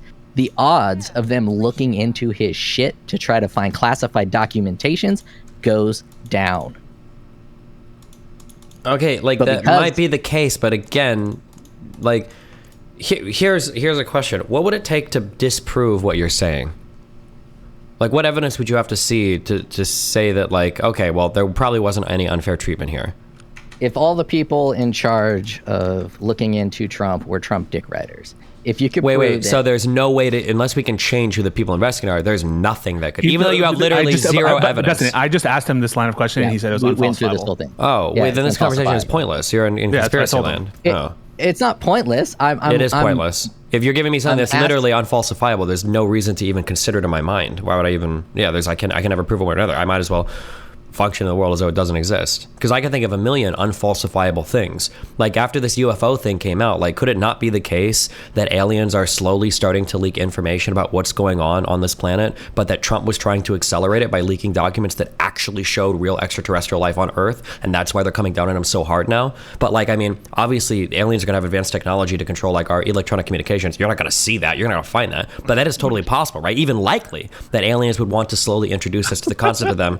You're laughing, Pisco, but like this is like this. I think I could very easily really construct a totally valid line of reasoning for like, yeah, this is. And I think at the end you would even have to be forced to concede. You're doing such a good job that it's like perfectly valid. But then like it's not falsifiable. It's like why even consider it? Like I mean. But there's no like there's no red flag. There's no universal truth within what you're saying. Well, wait. There's no universal truth in what you're saying though. There's exactly a universal truth in what I'm saying. When you're disliked, you're more likely to be investigated. You're more likely to suffer harsher penalties. We can probably think of examples where what you're calling a universal truth is actually super counterintuitive. In fact, here's something that I heard a lot. I don't know if this is universally true, but something that I heard a lot. I remember there was a kid in my high school whose dad was one of the teachers. A complaint that I heard from him and a couple other students like this is when your parents are the teachers, because the teacher's trying so hard to avoid the appearance of impropriety, they actually treat their children much harsher in class than other children. So that might be an example where like, oh my God, like teacher's pet, it's his kid, it's going to be so easy for him. And actually, no, it's harder because the teacher's it's coming down so much harder on the kid because they've got higher expectations and blah, blah, blah. So that would be an example of it not only being not a universal truth, but being completely counterintuitive to what the actual result is. Well, no, then the universal truth would be the fact that teachers are stricter on their students because on their own kids when they're students. That would be the universal truth. Why deal with this? Why not like, what if there's like evidence that it could go one way, it could go the other way? Is the universal truth now that it's like 50-50? So, Pisco, you're really focused on the more details of the investigation into Trump. As in, is Trump guilty? Is this bad? And I'm more focused or is it, no. You raise a good question. Is it biased is an important question to deal with and to figure out. Because if there's plausible there has never in the history of this country been an indictment of a former president or a search warrant executed on the property belonging to the former president. Those are completely unprecedented acts. Agreed, consumer? Yeah. To say nothing of the fact that you now have two indictments and potentially, plausibly, two more on the way from two other different jurisdictions. That also is unprecedented to have. And even for regular defendants, it's not typical to have like. What am I fucking supposed to do with this fucking guy? Outstanding indictments all around you, in the run up when it's a lead up to a presidential election. Like all of this is extremely unprecedented. Agreed? Yeah. So, it is not a trivial question. It is an important question about whether or not there's bias in the start of the investigation, during the investigation, during prosecution. Everything should be above board. And if there comes out like a leaked email that says we have to find something because he wasn't indicted or the impeachment wasn't he was exonerated in the impeachment process, we need to find another way to get him out of the political picture. If that email came up, I think Destiny and I would like be condemning the DOJ persons who did it and possibly the whole indictment, even though it could be true that he committed this crime. Just the mere fact that the intention behind the investigation was political, I think would detract from the indictment itself. And so it is an important question whether there's bias. But what you're saying is it's a foregone conclusion. Why even bother looking into whether there's bias? That's not what I'm saying. So what I'm trying to get at is, do you think that everything you just said is exacerbated by the hatred that people feel towards Trump? What, the unprecedented nature of the proceedings against him? Is that exacerbated by the hatred of him? Yes. Do you think Trump's character and his there's norms and standards within the government, and Trump has broken all of the norms and standards? Because I think a lot of his character and the reason why people hate him is exactly why he did this. So like his unwillingness to comply, his not agreeing to cooperate, all that stuff related to his character is one of the reasons why people hate him, but it's also one of the reasons why he made himself more liable or potentially liable for criminal process. And so do I think that the personal animosity towards Trump is an aggravating factor towards people's willingness to go after him? It's possible. And I think on balance, like if you really dislike someone, maybe you, as a general matter in normal human interactions, you're going to treat them less. You're not going to give them an extra donut at Dunkin' Donuts. You're not going to give them, benefit that you would give someone else. I remember when I was a bartender, if someone you think that's spending enough money to be a tier 5, that Destiny will respect your arguments as universal faster, truth. Right? If someone was very nice to me, maybe I would be more appreciative of that. And if they, I don't know, if they got the order wrong, I would make sure to get that order like fixed right away. What you're saying is you're trying to apply that quote universal truth or predominating tendency of humans and apply it to every single domain. But in any specific case, I think it's important to look at the facts. And even more importantly, we're applying that in the face of like highly contrary evidence. Like, at the risk of sounding like a simp, but I don't give a fuck. Like, there was probably a legitimate argument to be made for nothing about Hillary's email investigation ever being publicized. She was incredibly cooperative. She gave them access to all of her devices, all the shit that they had on file, everything they could. The FBI said as much, that her and her entire team were super cooperative, which is the exact opposite of Donald Trump. But despite that level of cooperation, Comey still came out with 2 killer announcements related to her campaign. So it seems like, if anything, that should have been, if there was ever a time to exercise some favorable discretion towards the Clintons, that would have been it. And we saw the exact opposite treatment. Well, see, you're jumping to a different point, but you don't know the exact situations behind that. So releasing the information before Hillary got elected seems better than after. If Comey would have released those documents 2 days after Hillary got elected, that's going to look far worse than doing it before. Whoa. Number one, the investigation was done and there were no charges. They didn't have to release anything. Ever. Number one. And number two, what you're describing is exactly what happened to Donald Trump. Right? Because there was an active, huge, sprawling investigation related to him that we didn't find out until after he was elected. Well, he wasn't as hated until he became president. And by hated, I mean within his peer group. He wasn't wait. No. He was absolutely hated while he was running. That's why people made fun of people like... He was literally... Yeah, and he was calling Tom Cruise's dad like the Zodiac Killer and shit. Lindsey Graham was saying that he would never support him as... Like, everybody in the establishment fucking hated Trump. The whole point of like all these people who say the FBI is hopelessly biased against Trump, most of it has to do with activities that the DOJ was taking either before he was president, before he was elected president, or shortly after he was elected president. I'm not trying to say that the FBI is hopelessly biased against Trump. The DOJ generally, you know? Stephen, I'm not saying the DOJ generally. My wife left I'm me. saying My that parents Trump said as a that person disgrace and stripped my family like name. a rotted I'm now apple, living on the and you're streets going to with treat 20 a rotted battery apple and just differently wanted to get than a me back. non-rotted apple. Please, Stephen. You've acknowledged my point just a few sentences ago. I mean, With what? I when you were talking about being a bartender and like people treat people that they like better than people that, like, that is useful up to a certain point. And like I think Destiny says, it's a red flag. Is it a red flag that Peter Strzok sent a text that said we have an insurance policy against Trump and that we like don't like Trump? That's a red flag. I think Destiny would agree with that. Yeah. So all I'm trying to say, doesn't show that the investigation was biased. I'm not trying to say the investigation is biased against him. I'm trying to say the people are biased against him. So if you have a bunch of but again, biased real quick, people I understand you keep saying that, but like again, for the Peter Strzok thing, Strzok was not only was he kicked out of that investigation, I think one other person was too, right? Wasn't Strzok later fired from the FBI essentially? Like, again, like all the evidence is pointing in the total opposite direction. And that was for him not actually technically... No, it's JSTL who's fucking out of shit lying like a fucking retard. Not only do I don't believe that Strzok actually did anything wrong, right? I think it was just the appearance of impropriety was so strong that he not only got booted from that investigation, he got later fired from the FBI. And I don't know if it was ever proven that he actually did anything wrong. Not even illegal, but anything wrong at all. Other than he didn't like Donald Trump, which probably wasn't that uncommon of a position.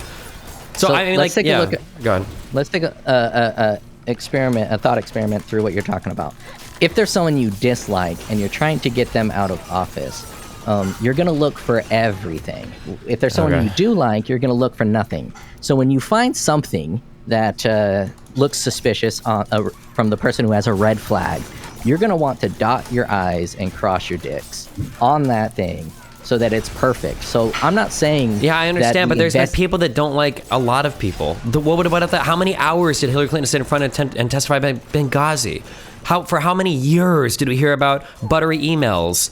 Like, there have been people investigating. You can't compare the hatred of Trump to the hatred of Hillary. Wait, I'm sorry. I have to say, de facto, Hillary Clinton has absolutely endured more hatred in this country than Donald Trump. It's not even fucking close, okay? Not from her own base. Not even close. Hillary Clinton is one of the... Bro, I listened to Rush Limbaugh since I was 8 years old. Hillary Clinton is actually Rush Limbaugh is not in Hillary's base. No, not in Hillary's base, but, like, I don't think Donald Trump was necessarily... Trump's base loves him. Yeah, Trump enjoys some of the strongest support of any Republican candidate. His base was untouchable. His approval, I'm pretty sure his approval of Republicans even out of office, wasn't it like 92%? It was insane. Trump's base loves him way more than Democrats love Clinton. Not within his peer group. He's a populist, so the people love him. But Mitch McConnell does not like Trump, and all of the mainstream conservatives do not like Trump. I think there's... No. He is now the mainstream conservative. Trumpism is the Trump is only the mainstream conservative because of populism, because the people want Trump. Bro, do you understand that all the Republican members, at least in the House, the vast majority of Republican members in the House are humongous Trump supporters? Because he's a Republican, not because he's Trump. They would prefer anyone over Trump. They literally would prefer anyone over Trump. Because he's a Republican. Do you think they would have helped? Who were the Republicans going for instead of Trump? Jeb Bush. Do you think that Trump and Jeb Bush would get the same interdepartmental treatment in the Republican Party? It's hard. One of the reasons why it's hard to answer your question is because of something that Pisco said earlier, that Trump might not get the same treatment, but a lot of the reasons why people don't like him are kind of the reasons why he maybe did exactly this. Right? That's the confusing part. Like, let's say there's a guy who comes in and he's got a criminal record of like 7 homicides. It's a fucking serial killer. And then all of a sudden somebody disappears and then there's a whole bunch of bloodstains found around a certain room and people are looking at that guy and they're like, I think you killed him. And he's like, okay, obviously you guys are biased against me. You don't like me just because I happen to it was like when Martin Shkreli and I were arguing and Martin was like, am I really the kind of guy that would scam people on like a crypto thing? And it's like, bro, you just came out of federal prison for essentially a similar thing. Yeah, of course you are. So, but you're trying to point like, well, look at that bias that like shows impropriety. It's like, I mean, kind of, but the same type of bias is also, it's probably a fair one to have. So like, there's a lot of people that don't like Trump for a lot of reasons, but like this would be exactly one of the reasons why you wouldn't like him, right? I'm not really saying the bias has led to impropriety. Well, I'm saying the bias has led to more visibility, which found impropriety. That's, like you said, you've admitted that's unfalsifiable. We can't even say anything in response to that. Destiny brought up a killer. So Ted Bundy was a charismatic, charming man, and that helped him avoid the police because he was a charming and charismatic man. Where the Night Stalker was an ugly piece of shit, and they get different treatments. I mean, Ted Bundy was able to escape from a room with his charisma because they just left him alone in there, and he like climbed through the roof and jumped out of a window. People's bias towards how much likability a person have totally affects everything, including how vigorously you're gonna look for something to get him on. And I'm saying that because everybody hated Trump, he had a bigger spotlight on him to find shit that he did wrong. Why didn't Mueller come out and say that there was plenty of evidence for a conspiracy between Russia and Trump? I don't have that answer. I mean, they had plenty of opportunities to be more harsh on him.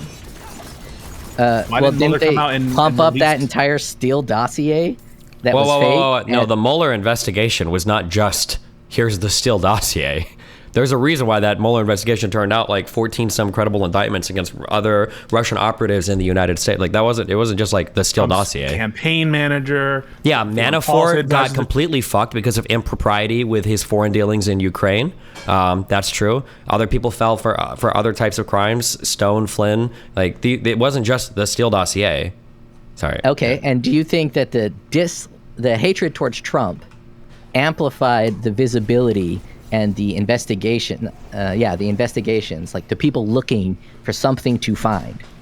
It's unfalsified. I mean, we're back to the same place. I mean, nothing we can say will change your mind about whether or not it was motivated by bias. But I'm just. Can I just ask, like, why it matters? Why does it matter?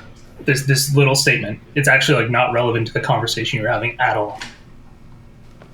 What statement?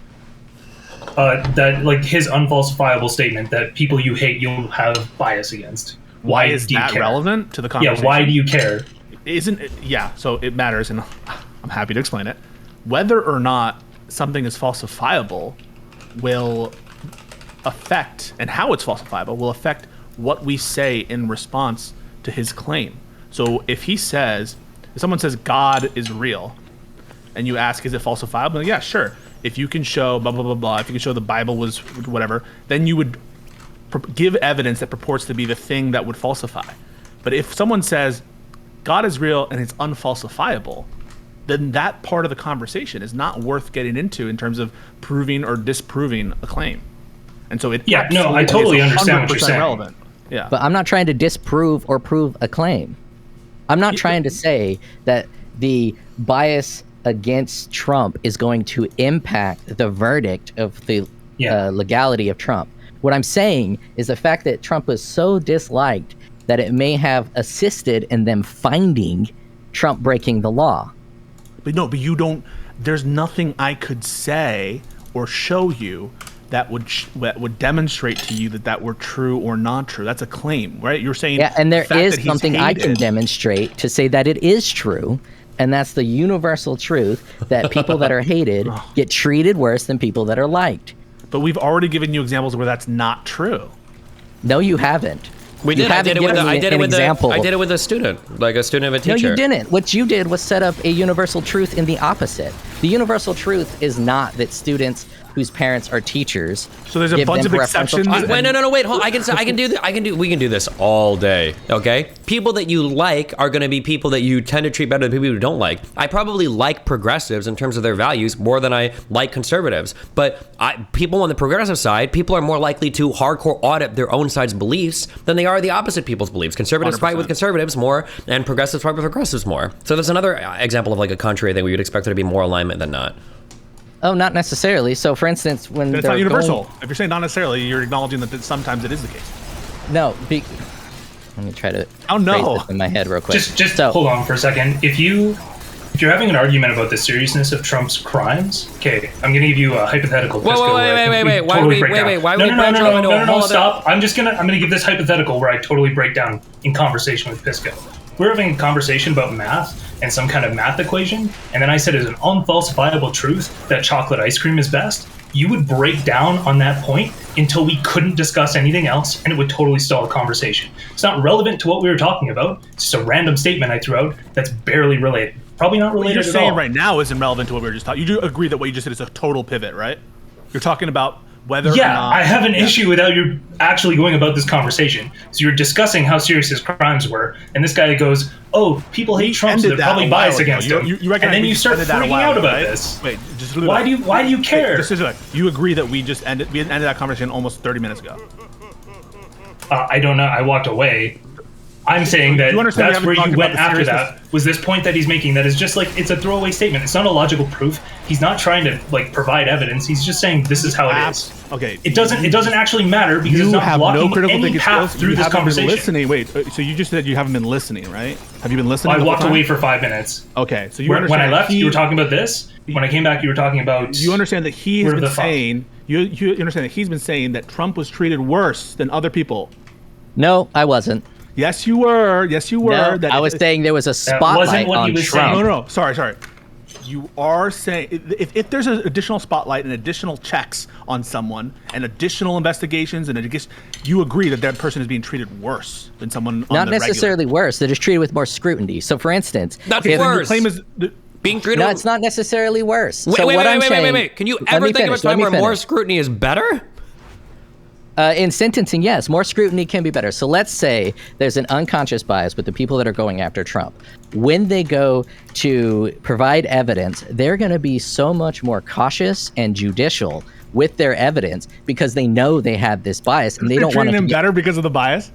Yes, just like Destiny said. Okay, I don't know what to say to that. Okay, the so teachers will treat their own. So what you're saying now is that there's a universal truth that he's more disliked, more spotlight, and therefore he's going to be treated better in the investigation. Better in the sentencing and the investigation, yes. Well, maybe not no more better, but so much. There's going to be a lot more focus, a lot more attention. Focus. So is that negative or positive? That's going to be positive, and probably for his sentencing. But in terms of finding something, it's negative. Does Trump prefer the kind of whatever you're describing? Would Trump prefer that or not that? Lost you. Sorry. You're describing a pattern of either intentional or unconscious bias. I don't even know at this point because you're switching it up all the time. Whatever that is, would Trump prefer to have that or to not have that? I can't answer that. So, sorry. Is the additional scrutiny, whether it's conscious, unconscious, whatever, would Trump prefer that or not prefer that?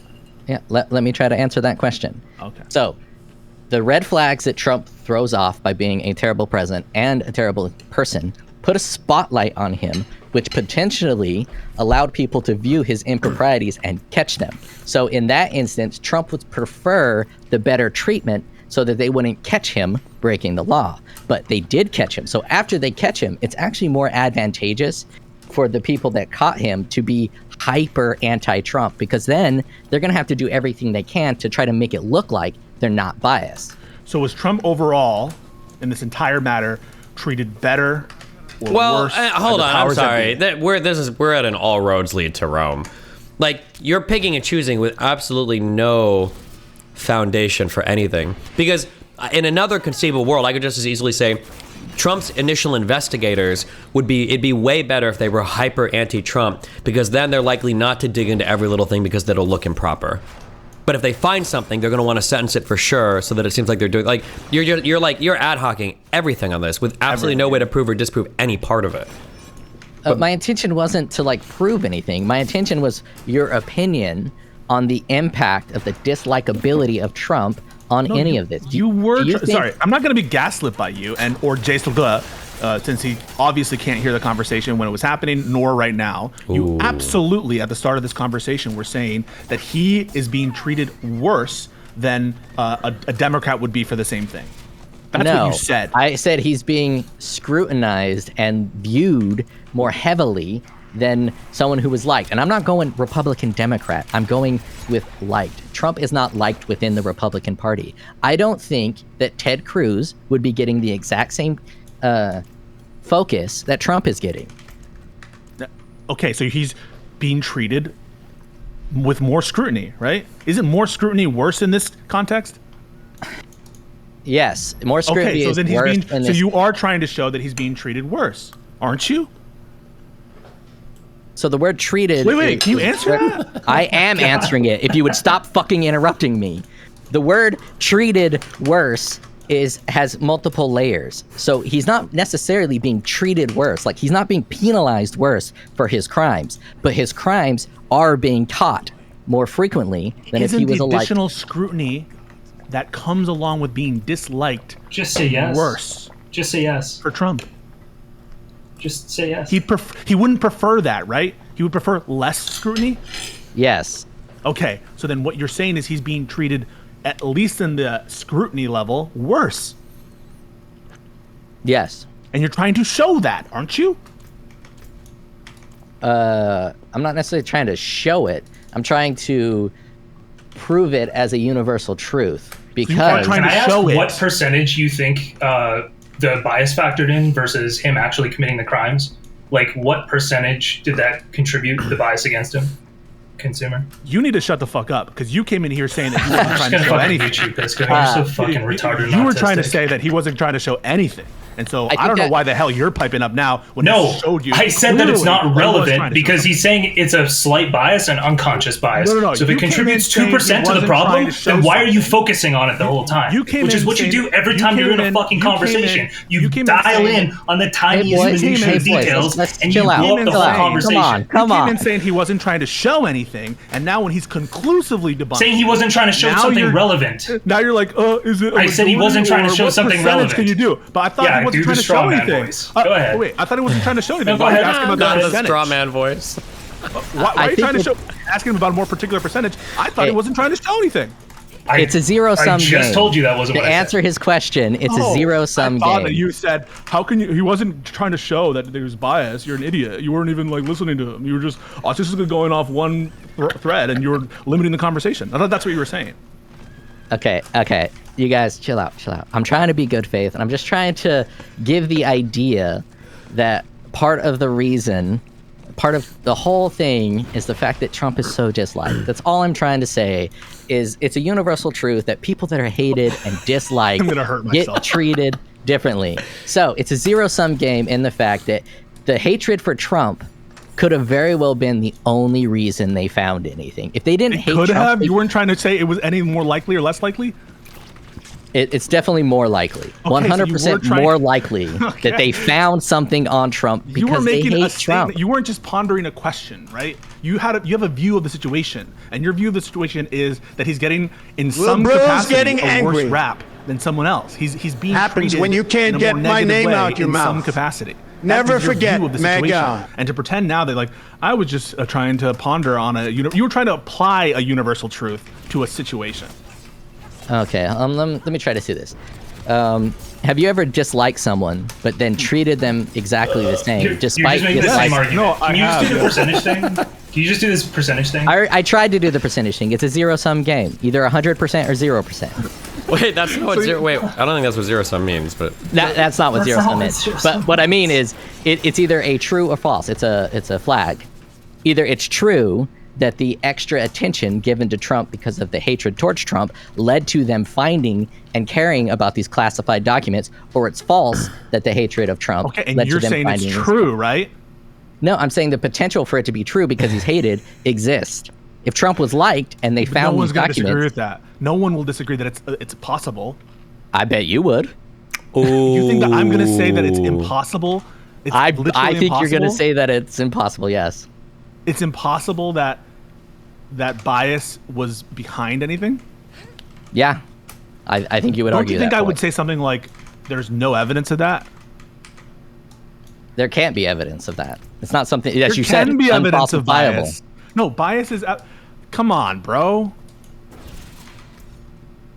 As Destiny's example said, when a teacher has their own kid as their student, they do everything they can to remove the perception of bias.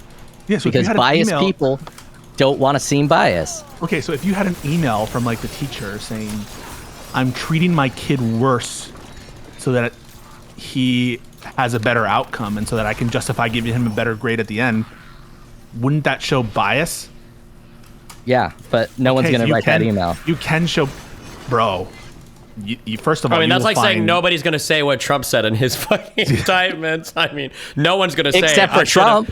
Okay, well, you just said it. You gave a universal truth. No one's going to say anything. And then we gave an example where that is. And you're like, okay, well, maybe not necessarily, right? Yeah. No, there's a new universal truth that Trump is outside the laws of a universal truth. Oh, gotcha. I mean, that's what you're doing with these universal truths. Every time we give you an example, you make a carve out. Oh, no. That universal truth doesn't apply to parent, teacher, student dynamics. All right, let's wrap this up. Let's wrap this up. Destiny, do you think that the universal hatred towards Trump played any role in anything that has happened with his presidential election and his current situation?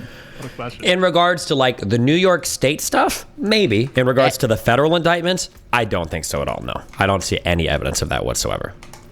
I'm not talking about do you see evidence that supports this claim. I'm saying, do you think that if everyone in that situation hates Trump, that they're more likely to try to get him for something? I I don't know. It was true for the New York case. Well, in your opinion. I said for the New York case, you can make a stronger argument for it. But no, I don't think I would even without evidence. Yeah, I don't even think I would even grant. I don't even think I would go as far as to like, yeah, that's likely, or like, is it possible? Sure, but I mean, like, there's a lot of things that are possible. Okay, so you say no, you don't think the hatred towards Trump has any role in the way he's been treated, the way any of his in regards to these federal indictments. No, I don't think so. Well, now you're broadening it to a whole bunch. I'm broadening it towards like a universal concept of the fact that Trump is so hated that he is treated slightly differently because of he's a piece of shit. Towards everything? The answer is just that it didn't play a meaningful role. Yeah, it's possible. Yeah, it's possible, sure. Okay. Pisco, your turn. Mm-hmm.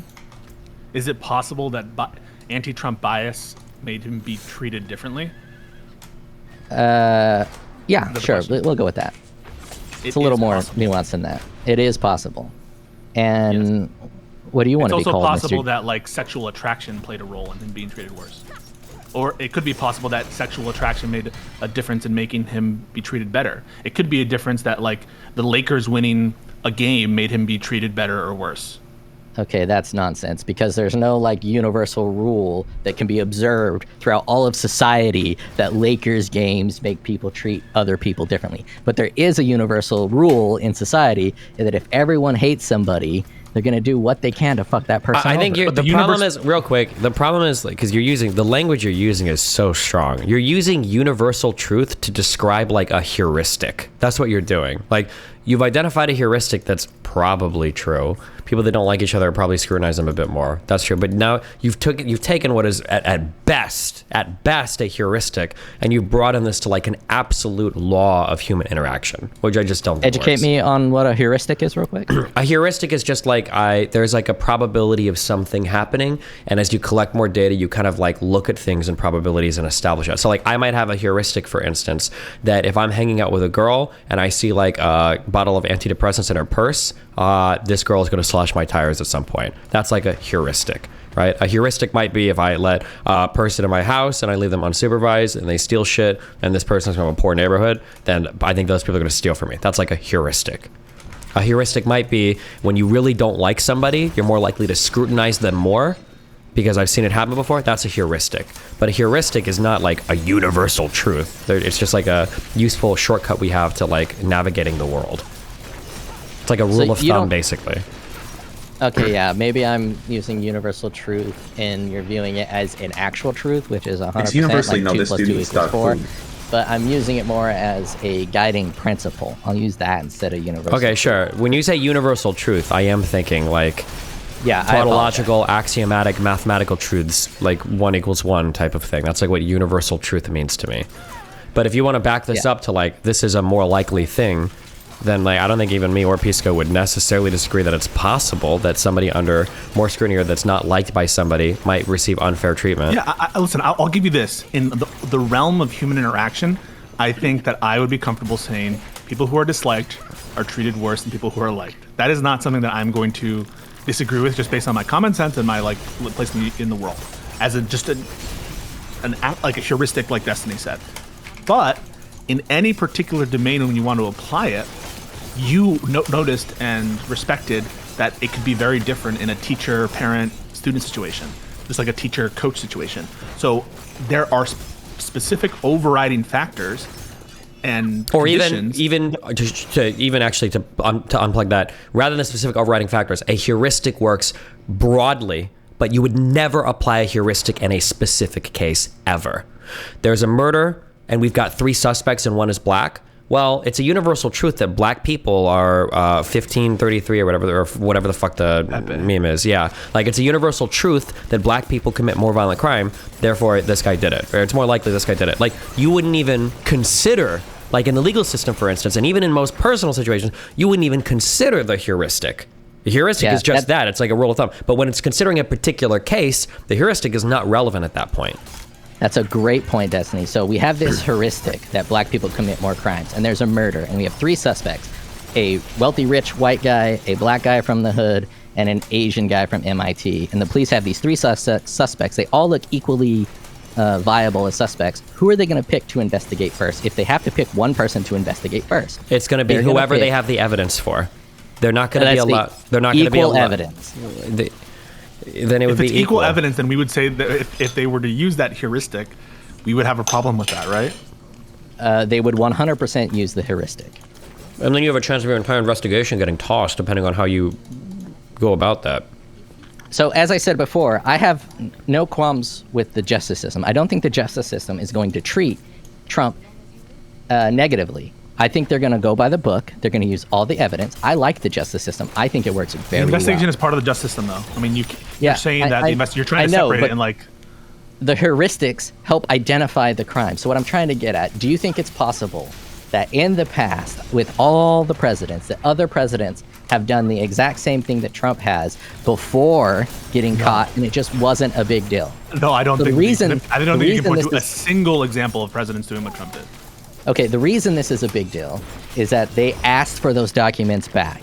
Do you think that other presidents have had documents that they just didn't care about and they never asked for them back? No, I think it's standard. My understanding is it is standard practice once a president leaves office that I think it's the Department of Records or whatever conducts an investigation to figure out again, I don't know if Pisco remembers this. I don't remember how old Pisco is, but I feel like I remember hearing Rush Limbaugh talk a lot about the 20,000 boxes or something of Barack Obama's boxes and documents that were taken from his home afterwards, and him and other conservatives asking why there wasn't a big investigation for that. But then my understanding was it's just standard practice that after a president leaves office, there's a thorough, because not only could you take classified stuff, you might take stuff that gets retroactively classified as well, and then there's a request made for certain documents back. And my understanding is that's standard practice.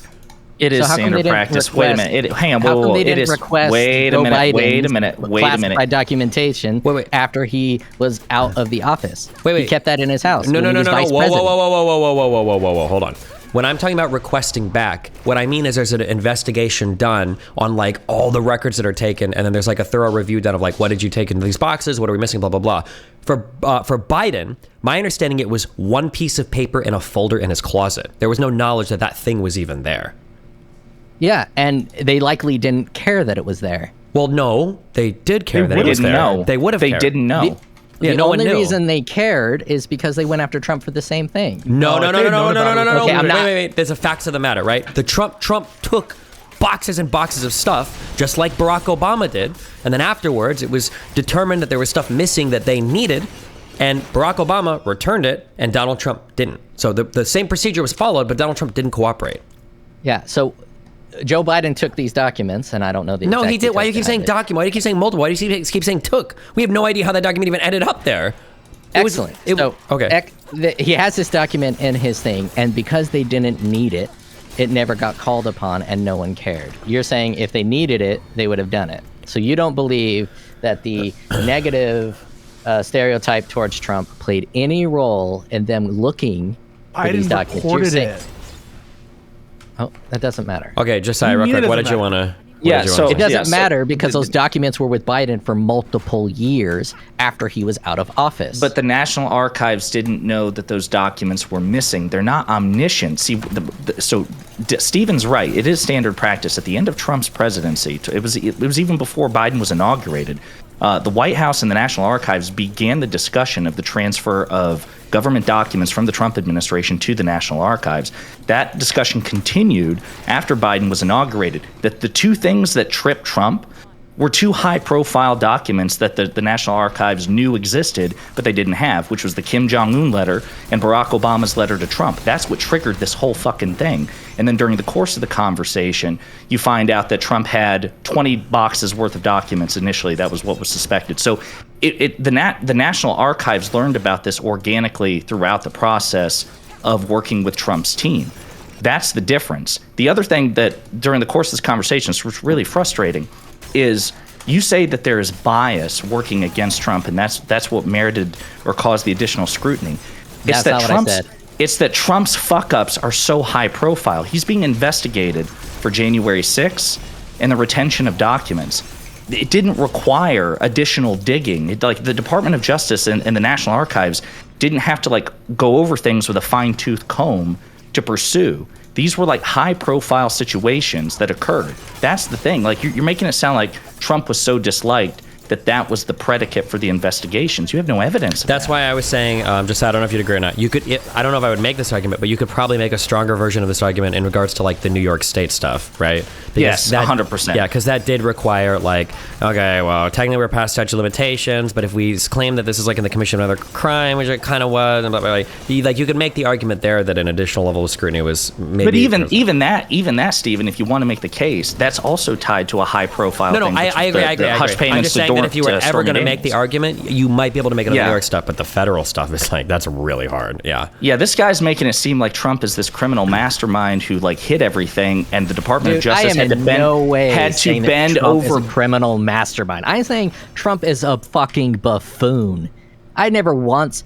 Then what does him being disliked have to do with anything? Because they don't have to go looking very hard to find Trump's high-profile fuck-ups. That's a really good example of this is you could argue, for instance, that Fuentes might have a higher level of scrutiny placed on him. That's completely and totally possible. And then maybe that's the reason why he got banned, for instance, from an airline. That's totally possible. But then when you look and see why he was actually no-fly listed, it's because he got into a fight with a flight attendant. So I don't think any level of higher scrutiny was the reason why that happened. I think it was just 100% because of his behavior. And I think for Donald Trump, you could say the exact same thing. Yeah, Correct. Destiny, to bring it back to like your metaphor, or whoever's metaphor it was about the murder, in this case, it's like the black guy actually did the murder. We see him with the knife. He's covered in blood. Yeah. And yeah, there could be bias there, but like... And there are no other suspects. The reason he's being indicted. Yeah. And there are no other suspects. That's why that example was disanalogous, because it's not like, in the case of like Trump being investigated for January 6th, the motherfucker made public statements to God and country, trying to incite the riot. There were no, well, it may not be Trump. It may be, a guy who looks like Trump. We know who it was. The same thing with the National Archives situation with the classified documents. It wasn't like there was a lineup with multiple potential suspects and they just went out of their way to scrutinize Trump. Yeah. All of the things that Trump's being indicted for, he was always just by definition going to be the prime target. Yeah, and also real quick, I'm sorry, because people are asking us true. That is the reason why Nick Fuentes was no-fly listed. It's because he got into an altercation with a flight attendant. It wasn't because of the Jews or any other weird thing. And he should tell you that. I think he's even admitted as much on the show. That is the reason he got no-fly listed.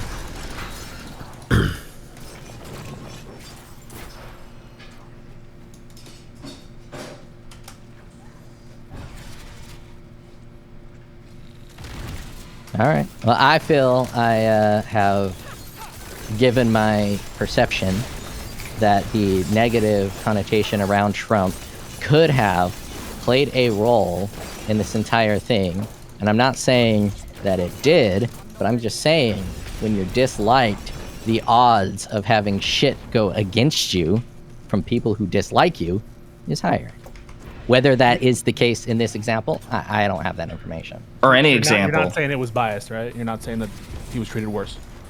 I'm not saying he was treated worse as a factual statement. I am saying that the odds of treating someone with more scrutiny because you dislike them is higher on an individual level. So the individual actors in this thing likely want to get Trump. In their heart's desires, they want to see Trump fucked over because they don't like him. So and that is going to impact their actions. Do you think you changed your position at all? No, not really. I think you might have misunderstood my position. I think you might have misunderstood my position, so it seems like I've changed my position. I think you walked it back. I think you started this by saying that you know for a fact that there's bias, and that I do know for a fact that there's bias. It's what role did that bias play? I don't know for a fact that the bias against Trump led to any of this. I do know for a fact that there is a bias against Trump. No, Whether that is sorry, maybe I didn't say it. Before you had said that he was being treated worse, and now you're saying you're not sure. As I'm not sure if I'm using this brand new word I just learned. As a heuristic, he is in fact treated differently. But you do But you just said you're not saying he is being treated differently. And before you said he was. The outcome of the results likely don't have too much of an impact because of his differential treatment. I don't understand. Is it your position he was treated differently or not? Yeah, of course he was treated differently by individual actors, but I'm not saying... But you just said that he was... That you're not saying that. You're trying to make it sound like because he was treated differently, that is why they found all this extra stuff. That I am not saying.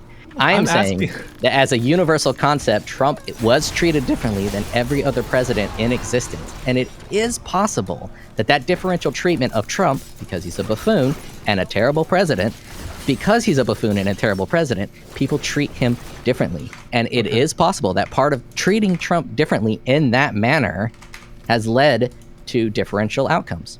If Trump was cited, throughout the course of this conversation, have you cited a single example of Trump being treated differently? Or is it just, again, you're appealing to a heuristic? Yeah, sure. When Trump asked his military to retreat from Syria, the military general said, yeah, sure, boss, we'll do that. And then they didn't. And they just lied to him because Trump is so disliked and so unrespected as a leader. No, he's asking about the investigation. To clarify, yes, because I thought this was about the investigation, not his entire presidency. No. It's not about the investigation. It's about his entire presidency. Was the answer to his roommate's question, no, I did not bring up a single piece of evidence with respect to the investigation? I just brought up an example where Trump was treated differently. But with respect to the investigations, which has been like the primary subject matter of this discussion, you've not cited a single example where Trump has been treated differently because of personal bias. Yeah, because of personal bias against him, right? As a universal statement, when someone's disliked, they're treated worse. An example of that is the way that the military treated their commander-in-chief. All right, so that's Donald a fucking Trump. No, he is not. Okay, all right. So Donald Trump was treated differently by military generals because the military generals don't like Donald Trump. Barack Obama was not treated that way. No other president was treated the way that he was treated. If he was treated that way by the military generals, by proxy, it makes sense that if other people dislike him, and because he is such a controversial figure as a president, he's not getting the same treatment. Now, he might be getting the same punishments for breaking laws and all that stuff, but in terms of interpersonal interactions with other people, he's not being treated the exact same as every other president. Do you mind if I apply a heuristic to you? Go ahead. So in order to apply the heuristic, I have a couple questions. Do you think that we're being told the whole story about why 9/11 happened? I don't think anyone knows the whole story of why 9/11 happened. Do you think that people are withholding information about 9/11 to the public? Material information about who perpetrated it? About who perpetrated it? No, I don't think so. But they are definitely withholding some information because that's what the government does. Obviously, classified documentation. Okay, so do you think the government was responsible for 9/11? No. Okay. Do you think that the vaccines are intentionally trying to make Americans sicker or to start I get where you're going. No. Yeah. I don't. I'm not one of these people. All the same arguments about intentionalities and wouldn't it be more likely, all of that stuff. No, I didn't say more likely. Lend themselves to arguments in those areas. I get where you're coming from. You have to deal with a lot of dumb people on this site that are highly partisan, that are Trump dick riders, and you're trying to lump me in with those people, and I'm not one of those people. Yes, you are. That's why you asked about 9/11. I'm asking about those things because all those things are. Yeah, you think that my mind is rotted, and I'm just repeating other people's talking points. No. He's saying that they employ similar lines of rationale. Exactly. They make the same heuristic. Like, for instance, isn't it the case that Israel does support us? Isn't it the case that we do sometimes do military action on behalf of them? Isn't it the case that there's a lot of Jews in government? Let's say all of that's true. Wouldn't the heuristic say that there's a higher likelihood that they're influencing U.S. foreign policy at the behest of the Israeli government? And then if that, this is you're essentially following the same line of argumentation. And that's a universal truth that people might be more, right? I get what you're trying to say, but the difference is I'm not making an external claim. A lot of people, they'll take that 90% heuristic truth, and then they'll add on a 10%, which is the conspiracy theory. I'm not adding into the claim that Trump is being indicted because people don't like Trump. All I'm saying is that the dislike of Trump might have led to people being more fervent in their investigations towards Trump. And I don't mean this. You're not sure. But one of the 9/11, probably the lightest 9/11 conspiracy is the claim that the Mossad knew that the 9/11 hijackers were coming to the United States to do these terrorist acts, but they didn't share it with the United States because they wanted to foment trouble between the U.S. and the Middle East, Iraq and Afghanistan and everything especially.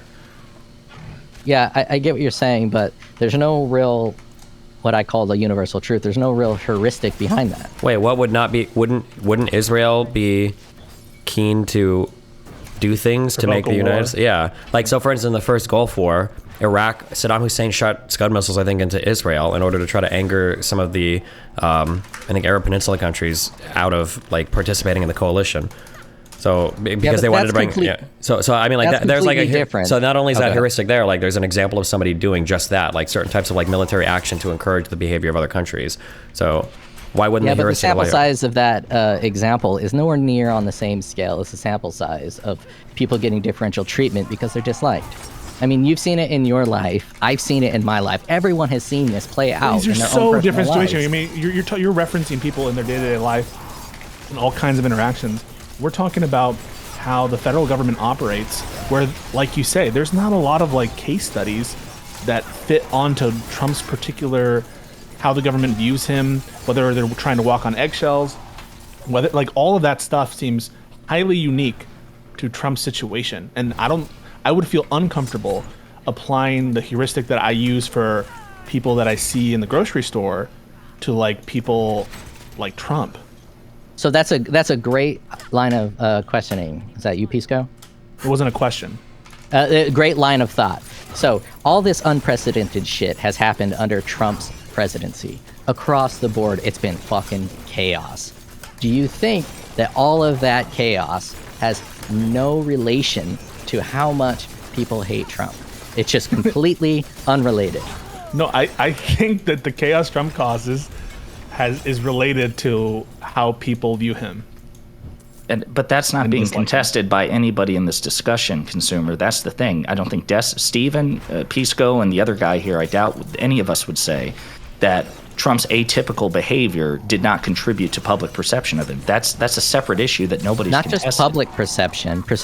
Internal government perception. Yeah, absolutely, because we're all humans with biases. That's not the thing. But you just said 2 minutes ago, you just said it again, that Trump being disliked contributed to scrutiny that led to his investigations. And I'm flabbergasted by that. I didn't say that it led to their investigations.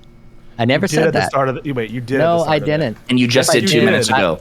You just did 2 minutes ago, too. I apologize. I said that the hatred towards Trump likely assisted in fueling people's fervor to investigate Trump. You're changing what you're saying in real time. If Trump did nothing wrong, if I might be missing my words, I might be getting impatient, but if Trump did nothing wrong, I don't believe they would fabricate, and by they, I mean people within the government, not so much the Steele dossier. That was Oppo research. That's a little different. I don't think the Justice Department would fabricate a claim against Trump if it wasn't true. Wait, what did they fabricate? They didn't fabricate anything.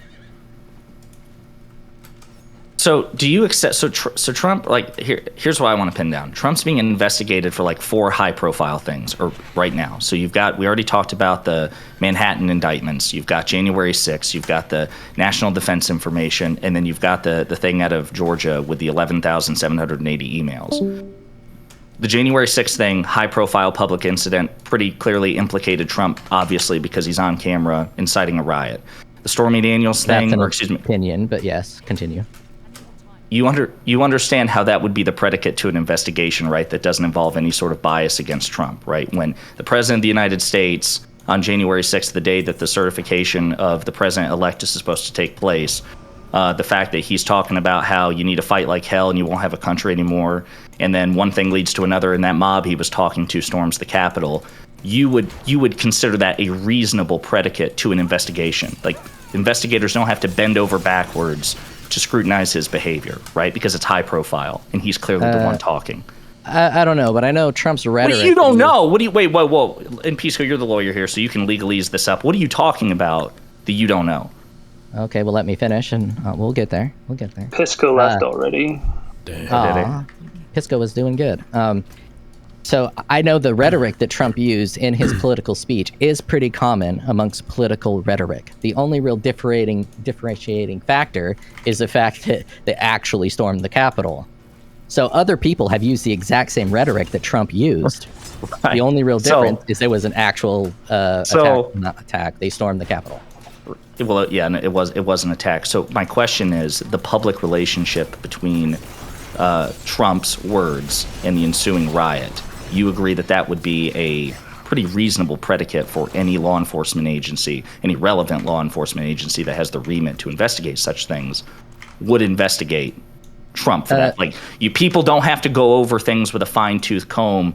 He's pretty clearly implicated, at least for the predicate of an investigation. You would agree with that, right?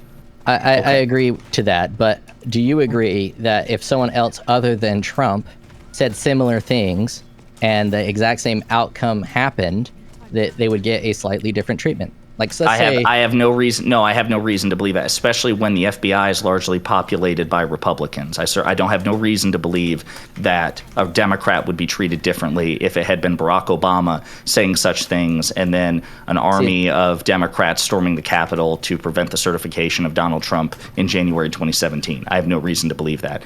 But my point is simply that between January 6th and even the Manhattan indictments, the ones that we all agree are the thinnest in terms of their legal predicate, the primary predicate for that investigation that triggered it was the Stormy Daniels controversy, which was a public scandal. What I'm trying to say is, I just want to put this to bed in case there's any doubt on your part.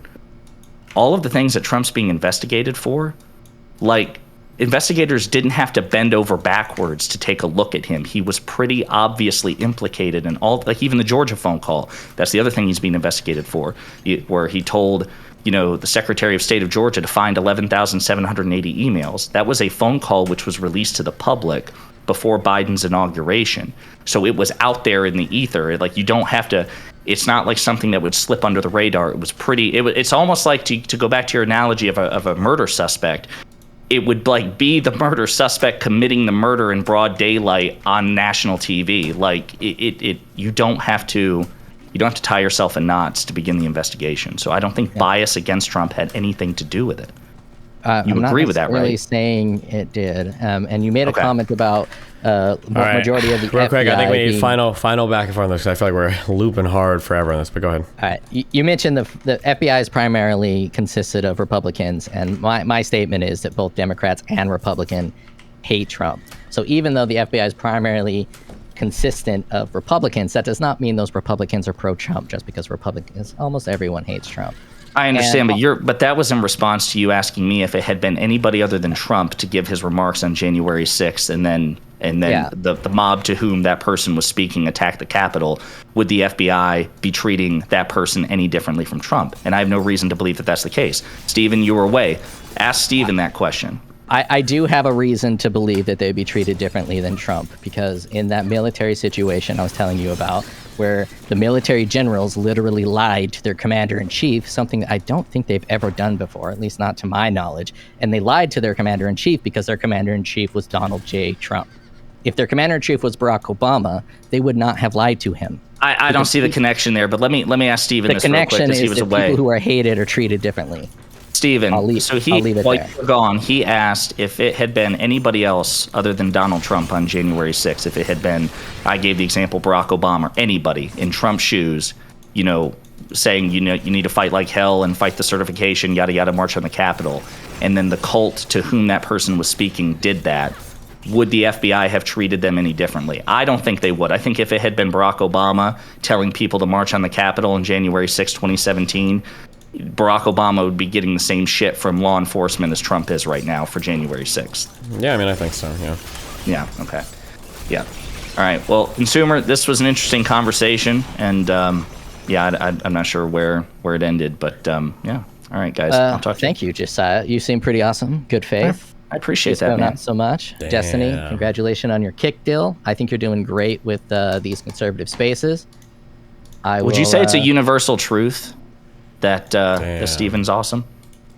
No, I would say it's actually the opposite. I think the hatred towards Stephen is far greater than the universal truth. To me, Stephen is like the Neville Longbottom of the left, and he's able to actually stand up against his own side. The right is pretty good against carteling their extremist of their area. The left is not very good, and I think Destiny works as a very good counterbalance. He's like a 2008 Barack Obama, and when he got banned from Twitch and came to YouTube, that's how I became aware of him.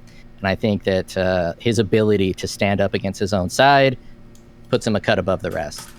And I think he has a direct responsibility for Anna Kasparian's recent sanity. Neville Longbottom, really? Yeah, that's what Neville Longbottom's hot as fuck. You don't remember the first book when he stood up to Harry, Ron, and... Yeah, and then they, like, stupefied him and he lay there like a fucking retard, like a loser. No, he got laid for that. No shot. Oh, Neville Longbottom is a fucking smasher. All right, fellas, I'll talk to you later. Later. Wow, how exciting. I don't know how to leave, so you have to kick me. Oh, no, here it is, leave button. That last call. Can you hear me? Yeah, I hear you. What's up? I really liked the looping in that last caller, Colin. It was great. The fifth loop one was my favorite. Mm-hmm. But so there's something that this is kind of an old thing because I'm usually not live watching, but the whole Max like bridge burning thing, I never watched like pretty much any of his content going like forward, so I only saw it once it actually ended and watched the whole thing kind of like Benjamin Button the whole thing in reverse. And doing that, I have a pretty massive criticism of you.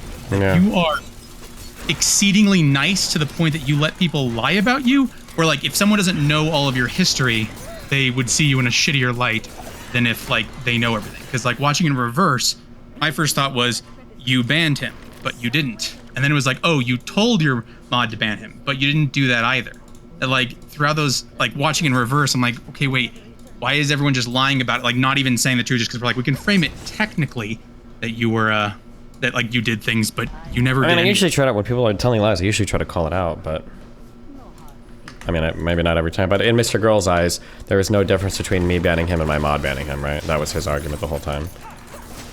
Yeah, and the only thing is, but it was like, again, like I said, watching it, it seems nonsensical. It's like, because there's times where you've been answering questions where he's like, well, why did you, or do you regret banning me? And you'd answer those questions by just going, but I didn't. We can pretend like I did for the purpose of like an argument, but if you then ask a question like, well, why did you type those letters in to ban me? Well, I didn't. Like, it would always flow back to that, like, but you would answer some of those questions about saying things like you were posting too much in my subreddit when you never really gave a shit about that.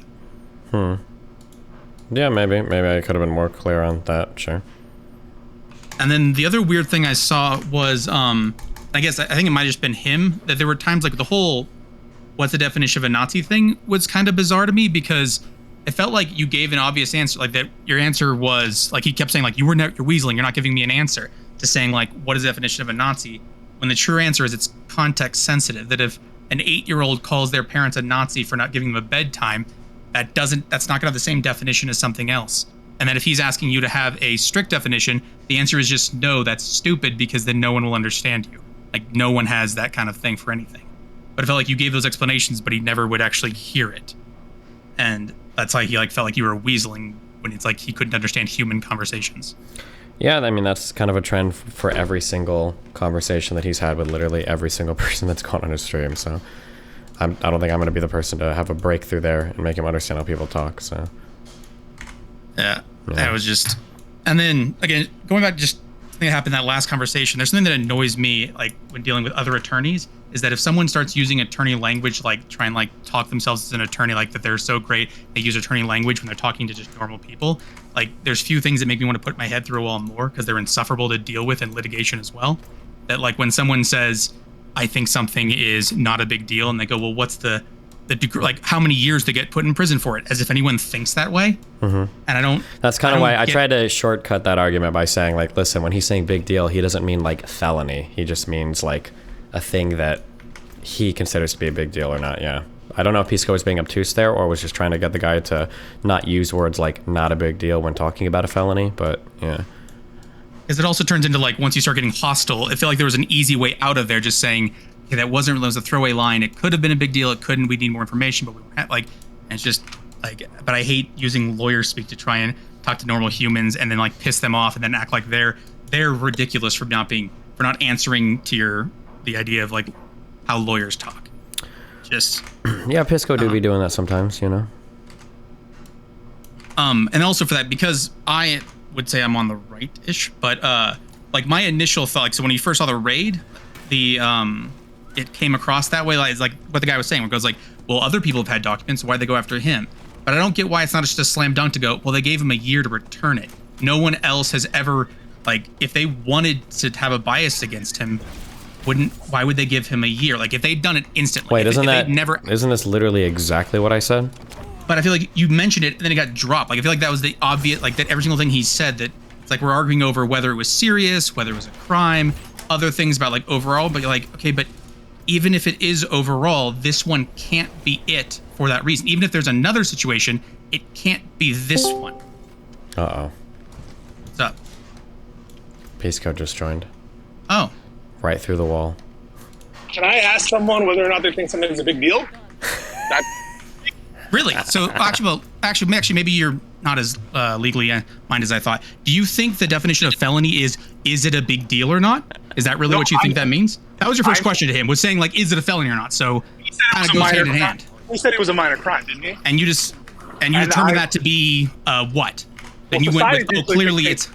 Society usually dictates the seriousness of a crime based on whether it's categorized as a felony and the punishment for it, correct? You think that's what normal people say? You think when normal people go, wow, this is a serious situation, they go, wow, I'm really thinking about the actual, like, how many years would this get me in prison if I did it?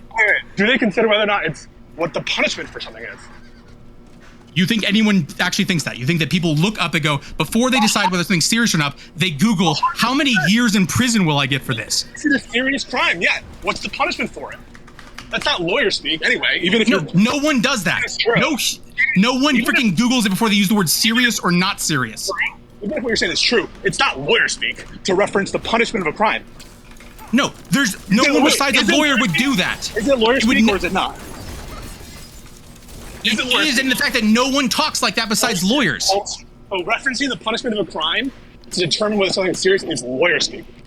You think when someone says something is serious or not serious, you actually think people Google the whether or not there's crime, so that they actually look up statute. You were bringing up the penal code, dude, to a normal person. The punishment for something is absolutely related to whether or not you think the crime is serious. So if jaywalking had a death penalty, you would argue that that's actually a horrible thing. My God, the horror of jaywalking. You wouldn't, like... It would be a serious crime, wouldn't it? I think if I wanted to, not to side against our wonderful Pisco, but I think if I wanted to side against Pisco here, I think the obvious, like, layman's use of serious crime would be like, if you talk about almost anything that's like involves like white collar crime or like presidential crime, people will say like, in 2007, that was a crime. What those bankers did, that was criminal. And if you were to ask any of them, really? Criminal? Under what statute would you charge them? 0 people would be able to give you a single answer on anything. Is that what we're using though? So insider trading, white collar, those aren't serious crimes? Yeah, but nobody accused anybody of insider trading. Nobody even knew what the crime was. What they felt like, well, I'm just saying that what a normal person feels like is what they're alluding to is probably the consequence of what happened, right? He's accusing me of using some like incomprehensible language to stunt on people.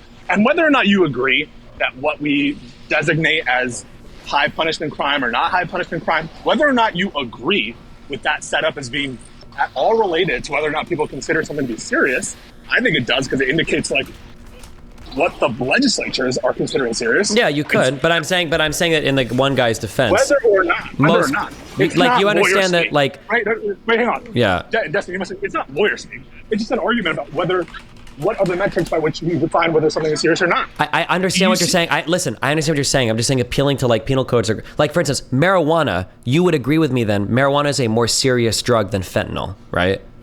No, it doesn't have to go all the way like that. Wait, hold on. Why? We're talking about Schedule 1 versus Schedule 2 drug. Marijuana is not a recognized medical intervention. That's a Schedule 1 substance by the DEA.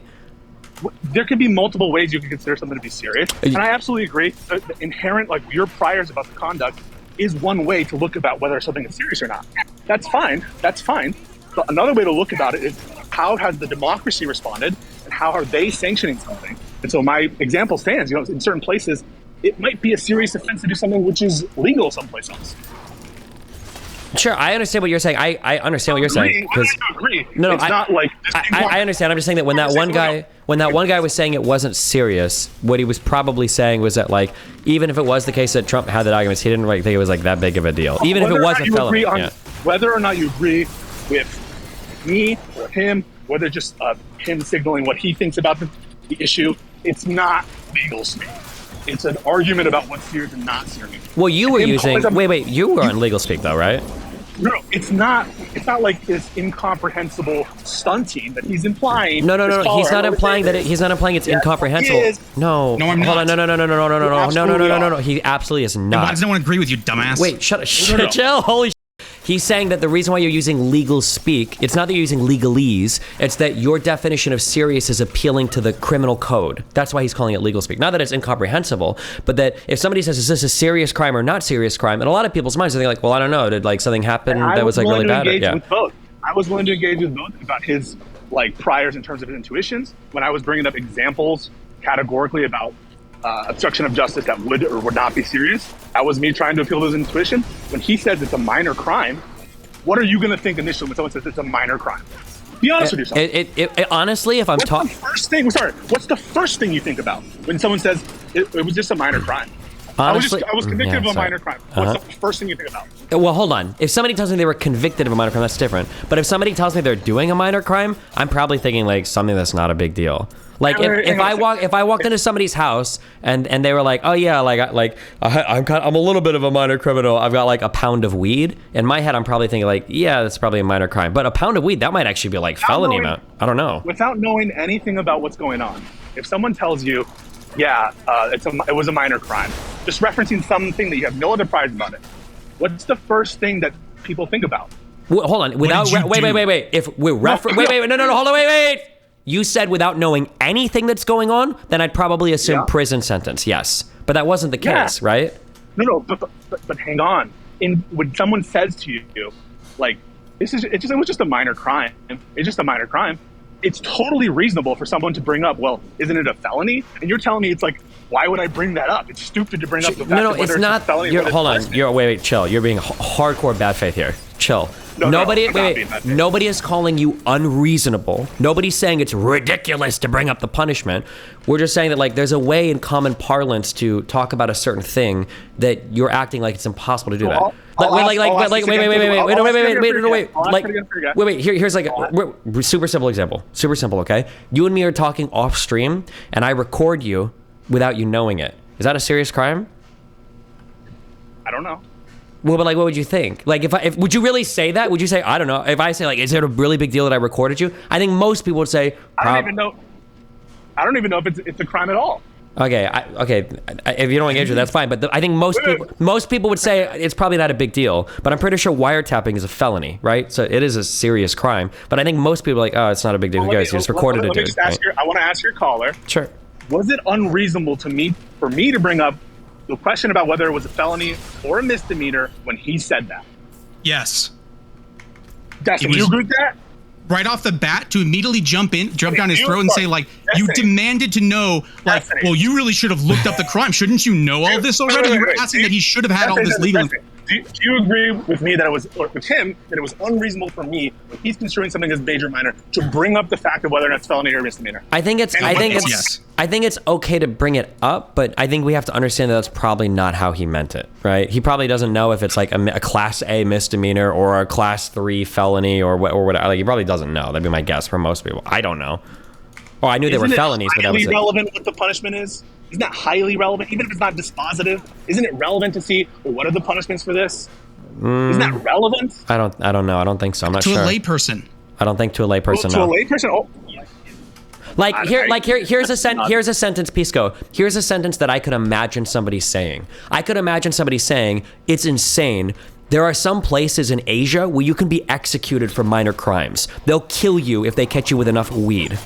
But that sentence is, would you go to the person and would you go, excuse me, you fucking retard?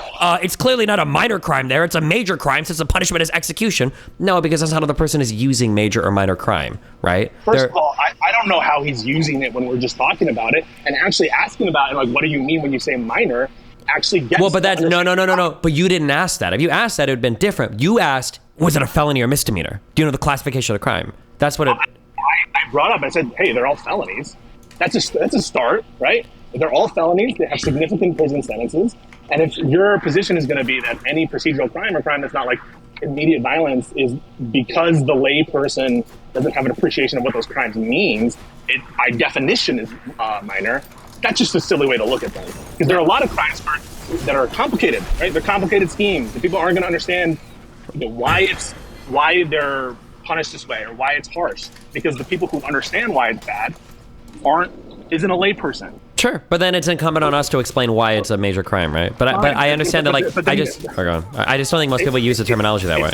It's not enough to just say, like, well, because the average person wouldn't consider it serious, it's a minor crime. And also, as applied in these given, both in the facts and just the category of obstruction of justice, I would absolutely appeal into his intuition and using examples about hypothetical obstruction of justice to get his point the other way. And so for him to come up, like, I'm just responding in real time to someone saying it's minor. Sure, but to have that discussion, I don't think we even ever have to talk about if it's a felony or not, right? To talk about why. What? Yes, you do. No, you absolutely do not. I don't need to explain.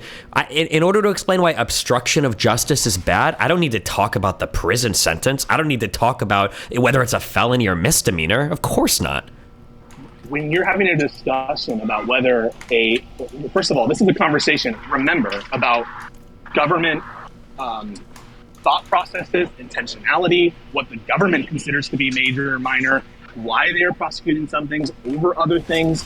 And so that is, when you're talking about what is motivating law enforcement, the punishment for a crime, whether or not it's categorized as a felony, always is influencing law enforcement. Sure, but the question wasn't about, like...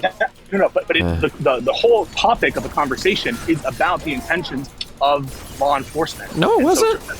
The question wasn't does the federal government consider this a minor or major crime? Sure, but it was just he said in my opinion it's a minor crime. No, it wasn't, right? He said no, it wasn't. My recollection is he was like, did you just say that it wasn't about law enforcement's intentions? When he made the statement. Wait, can he answer that?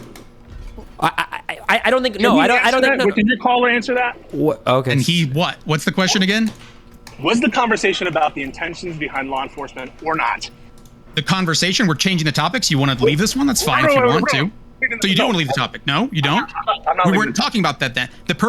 I'm not talking about the entirety of the conversation. I'm saying in the first point that you jumped down his throat when he said minor. He continually told you how much of a throwaway line that was, and yet you tried to go through like, well, do you know the actual like punishment for it? Is it a felony or not? For his throwaway line that a layman's using, you could have easily resolved that conversation in like 10 seconds, and you did later in the conversation. Why not do that from the start?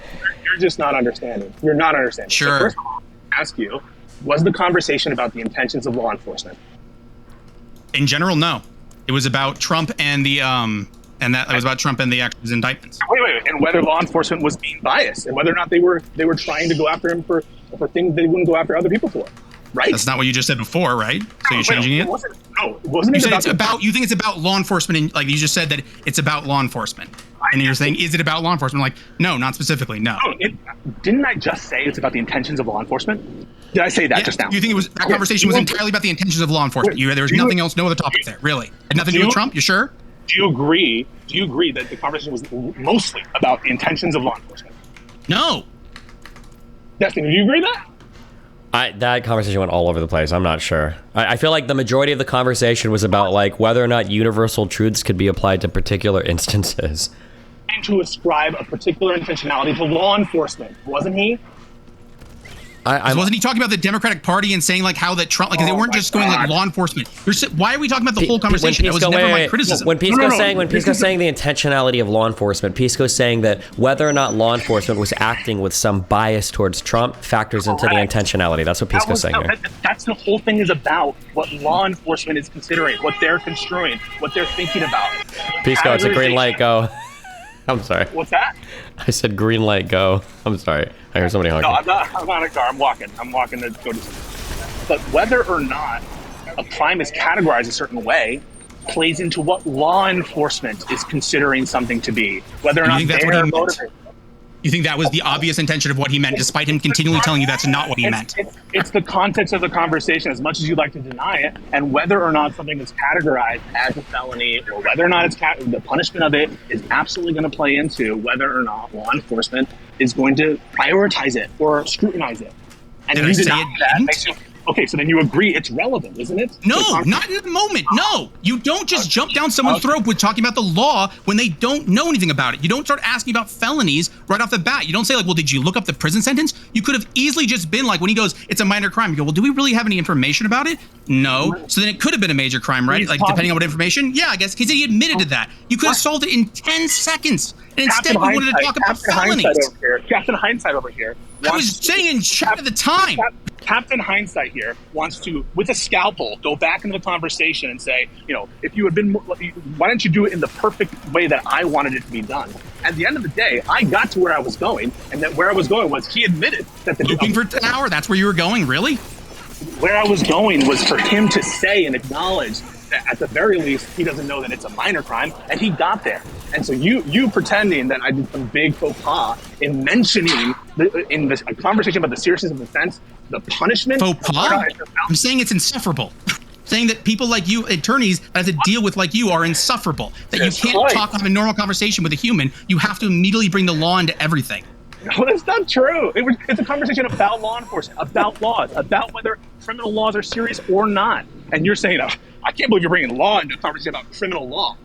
See, so I'm bringing up some like the word minor is not a discussion about criminal law. He's just the word minor. He even told you that he was using it as a throwaway line. Why did you not get that? Why did you not hear that? If he's saying I'm saying it as a layperson, you can go, well, then as a layperson, you can talk as a layperson, couldn't you? Can you not? Are you impossible? First of all, in response to him saying that it's just my priors about my intuition about what the crime is about, like in the response to that, I was absolutely flexible to his definition of major and minor. I was. Well, shit. And eventually, after you pissed him off, that's what I'm saying. Like the idea to go like, oh, I pissed him off for an hour and a half, and then I finally got there. And you're like, well, what? I did a faux pas by pissing a normal person off by like grilling him over whether or not was it a Schedule 3 felony. It's totally normal. It's totally normal in a conversation about the seriousness of a crime to discuss the punishment of that crime. And you saying it's not. To eventually get there, perhaps, but to go down his throat immediately. You saying it's not is ridiculous. No one, like, for you, you can say it's then not. Why wasn't he completely with you then? Why was he sitting repeatedly to you that it wasn't really a throwaway line? Why are you being pedantic about this? If he was so with you, like, man, Pisco, you're so right. You and me, we love talking about the legal of this and whether it's a felony. Why wasn't he doing that? If you're so right that, like, he was right there with you, man.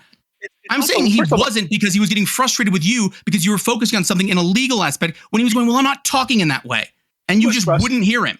He was frustrated because of the internal contradictions that were being shown in all of his what he had said to Stephen before. That has absolutely nothing to do with whether or not in the abstract it's okay to bring something up or not bring something up. The punishment and the severity, the way in which we treat someone who does an act, a wrongful act, absolutely plays in to whether or not it's, quote, serious or minor, especially for crimes that are not intuitively appealed to, right? How are you not getting this? Like, I know I get it again for the millionth time. I know. All you're saying is, well, it's not ever relevant to bring up this area of offense. I never said it was never relevant. That was, dude, try. I'm begging you as an attorney. Tell me what my argument was. Is it relevant? Is it relevant? Potentially, not in that conversation, not in that moment. And all you did was drive it into the ground. And he continually told you it wasn't, and yet you kept doing it. Next time you have the conversation and you bring up the things that you think are most relevant first, it's the first thing that I thought about was about whether or not, what we punish it. And it's absolutely Monday morning quarterbacking, coming back. Dude, I was typing in chat in the moment. How is that Monday night quarterbacking? How is he talking as it's happening Monday night quarterbacking? Pretending it's not okay to bring that up at the first instance when you've just admitted that it's relevant. I didn't say it wasn't okay. I'm saying it makes you insufferable. Why would bringing something relevant up make me insufferable? Because so you think that bringing up whether you asked him specifically, you said, well, as soon as he said, you said it's minor, and you went straight into, is it a felony? And then we're like, well, you really should look up the punishments for this before you start before you start saying the word minor. You think that's really the time to bring it up? You don't think that makes you insufferable in any way?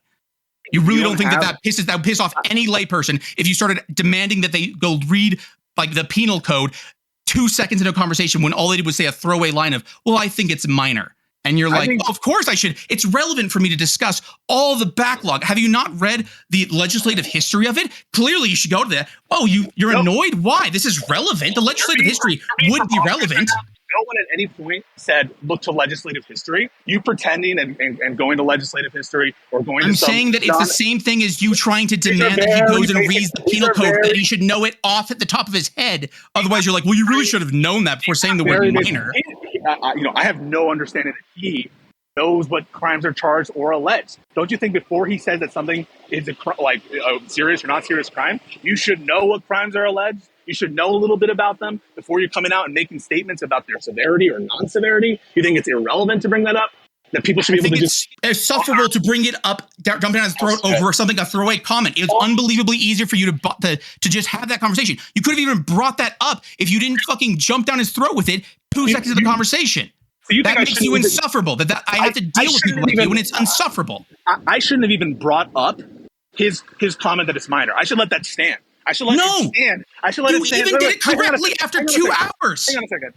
First of all, you're totally misconstruing the timetables on. We spent not as the significant amount of the conversation was spent on other stuff. As you know, you're exaggerating now, which is insufferable. But furthermore, exaggerating is something everyone does, which is something you can actually do. Which again, while maybe insufferable, isn't something specific to attorneys, which is insufferable. Do you think you should have exaggerated there? That's just going to piss me off. You shouldn't have done that. Are you pissed off? I mean, your standard is just absurd. You just said, are you pissed off? I didn't think you were. It's a joke. It's a joke. But okay, so then it wasn't insufferable because I didn't piss you off. You did piss him off, though. I think I should have let it stand that these are minor crimes. I should have just let it go. No. Okay, so I brought it up. Say my argument for me, please. For the love of God, try one time.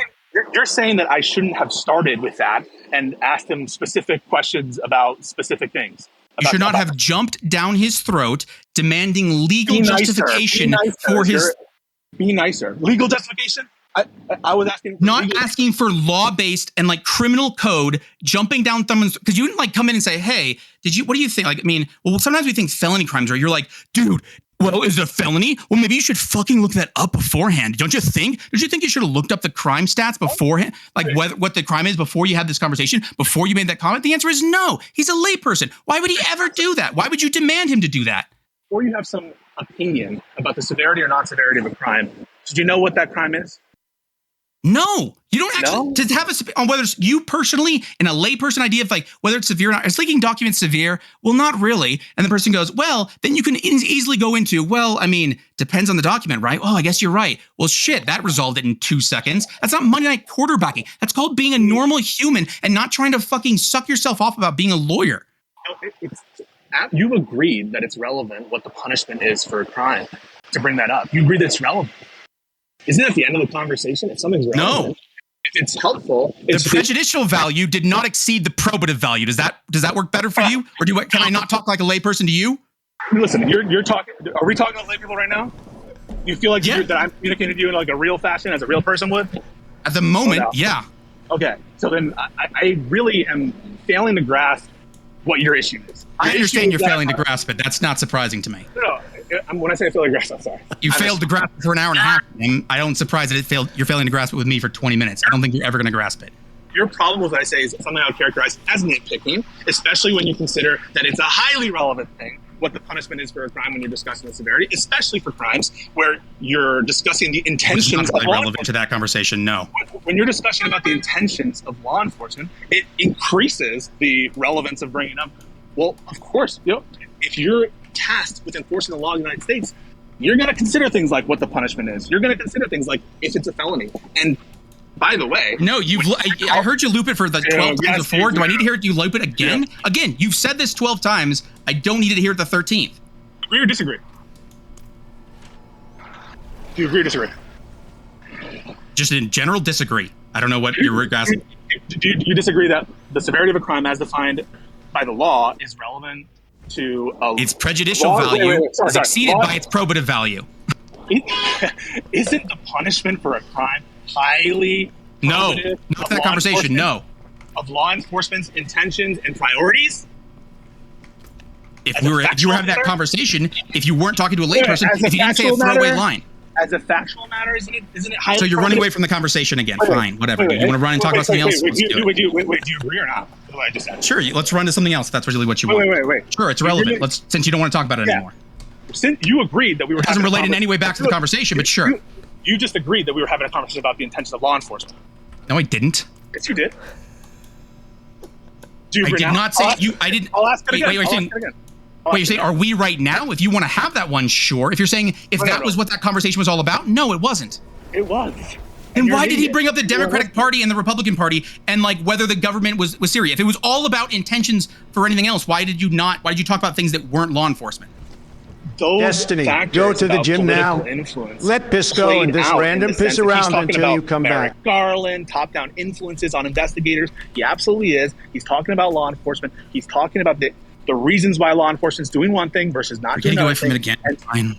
Wait, what am I taking away from? Where am I running away So from? we're getting with exactly again, what I'm talking about. the same. You keep trying to go like, well, an hour later in the conversation we had this. My whole criticism was that the moment he said one thing that said, "Hey, man, I feel like it's a minor crime," and you jump down his throat. I keep repeating myself. You're never going to hear me. There's no point. In the moment, the conversation is about the intentions of law enforcement. If you disagree with that, you weren't paying attention. You weren't paying attention, and we're having. Still not addressing it. Can well, okay, hold on. Can I just like answer this because it's pretty simple, in my opinion, right? So the issue is that the guy wanted to come on and have a discussion on whether or not there was some implicit bias in the scrutiny applied to Donald J. Trump, and in the course of having that conversation, he said a throwaway line about something being a minor crime, and once he said minor crime, I think Pisco, in your brain, it was like, minor crime. Well, do you know if it's a misdemeanor? Do you know if it's a felony? Which isn't really relevant. When he said minor crime... I'm going to stop you right there. No, it's highly relevant. Destiny, if we're talking about whether law enforcement is motivated by unconscious bias or any kind of bias, really, it's highly relevant if we're just stopping someone for a speeding ticket. If it truly is a minor crime as lay people see it or as law enforcement sees it, that's a red flag. No, that's it's not. highly suspect. No, it's not that relevant. No, come on. No. Come on. No, hold on. If somebody's like, I think the cops are racist because I think they pull over black people for no fucking reason. And let's say that there was a guy that got pulled over and like there's a difference between him going 16 miles per hour over the speed limit or 14 miles per hour over the speed limit. Whether or not one of those is a minor or major crime, I don't think has any bearing on that conversation for a layperson whatsoever. This is a conversation about the investigation and indictment and criminal process towards powerful people in elected office. That's what we're talking about. And everyone, including Rob Noor and everybody, has recognized that the severity of the crime, whether we think that it's worth it to charge someone of great importance, absolutely depends on whether this is a nothing burger, whether it matters, whether or not you did something wrong in a form or not. Right? That's one of the reasons why people are highly mad at the Hunter Biden. Wait. Let me finish this. The Hunter Biden indictment has been largely criticized. Why? By Republicans, among other reasons. Because he's only been charged with misdemeanor stuff, except for I think one. But this guy doesn't care about any of that. Felony. I don't think this guy even knows or cares about literally any of the things you just said. People care about the severity. We're not talking people, though. You're doing the same thing. Hold on. You're doing the same thing he was doing about like using a heuristic and applying it to a specific now. No. When you say people, this guy hasn't come on to argue about fucking Hunter Biden or like his political favoritism of like Trump. I don't even think this guy likes Trump. The argument about double standards is inextricably linked with the punishment and severity of offenses. Inextricably.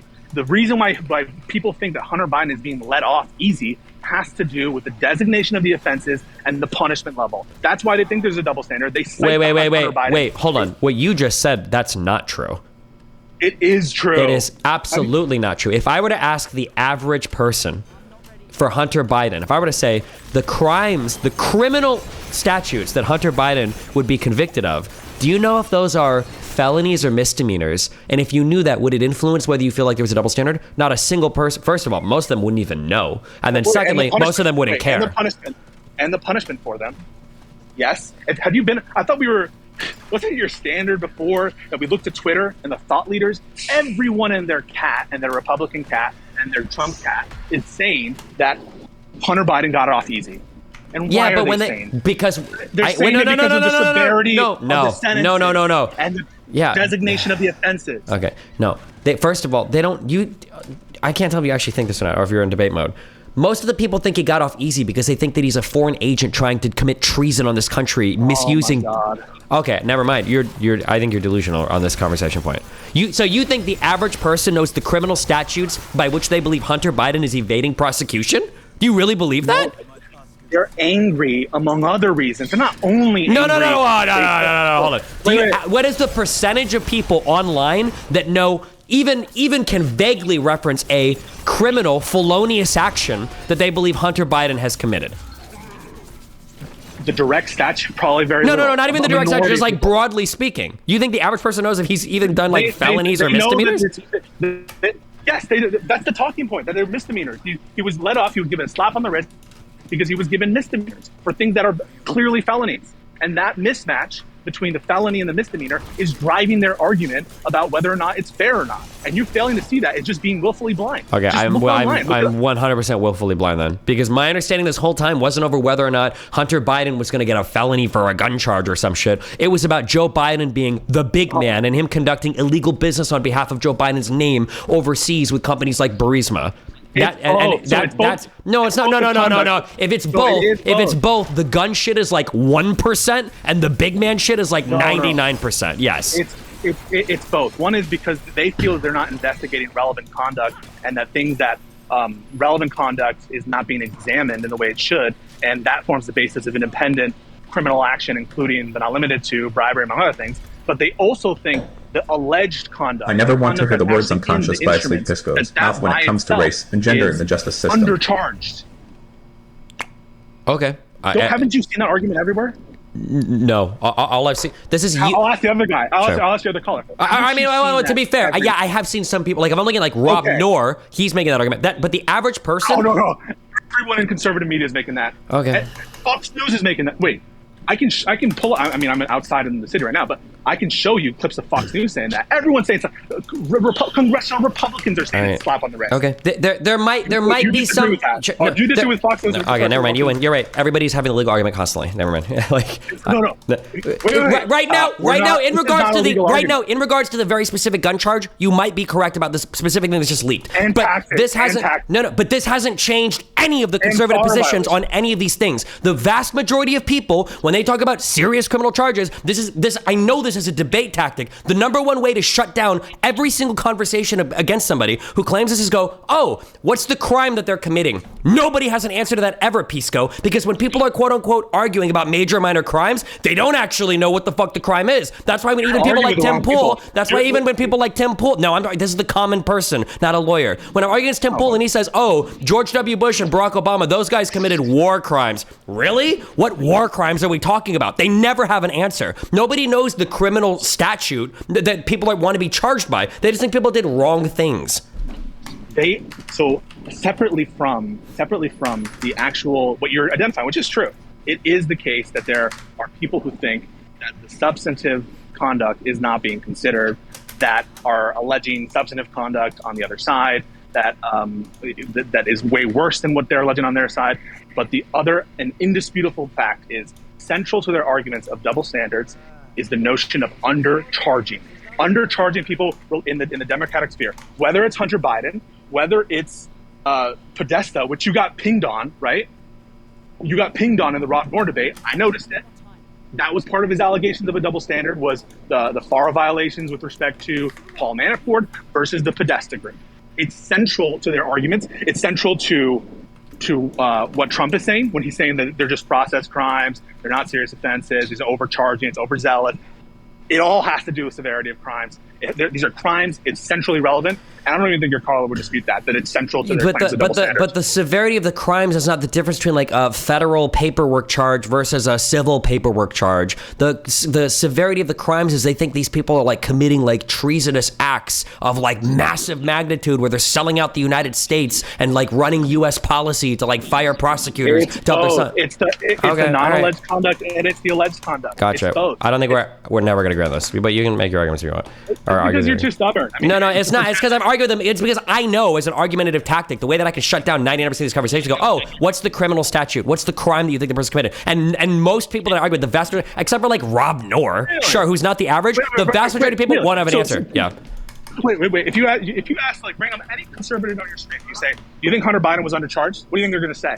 And now with relation to the very recent prior stuff about like the gun stuff, maybe. But when it comes to like the big man, which is what was driving. Hold on. So you think that all the anger about Hunter Biden has to do with the gun thing in the video, Pisco? How many times do you have to say not all of it? No. What percentage? What percentage of anger conservatives do you think they have about Hunter Biden over the gun thing? How the hell? How am I supposed to guess? Take a guess. Just take a guess. What percentage? I have no idea. I have no earthly idea. Okay.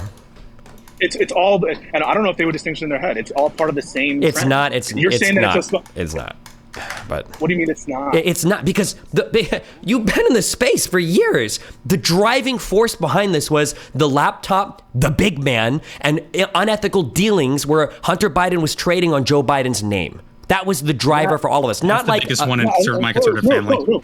But what they're saying is people who've done the same thing as Hunter Biden get along with they get charged way worse, way worse.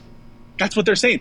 When they're looking at the comparisons of the charges in the David Petraeus case when it comes to classified information versus what's going on with Donald Trump, the same exact thing. Their argument is, as always, that the conduct alleged is similar, and the charges for one is way harsher than the charges for another for the same thing, and that's the basis of a double standard. They don't even know the vast majority of these people don't even know the fucking mens rea for mishandling classified information. Like they don't even know what the criminal charge is. Wait. No one's saying they're correct. Okay, so they just don't know. So then they're not making they're not making legal arguments with reference to criminal statutes. They're just saying, I think somebody did something wrong, which is my whole point. No one is saying that they're making legal arguments about anything. The only thing that I'm saying is their perception on unfairness, double standards, is highly related to the severity of offenses as defined by the government.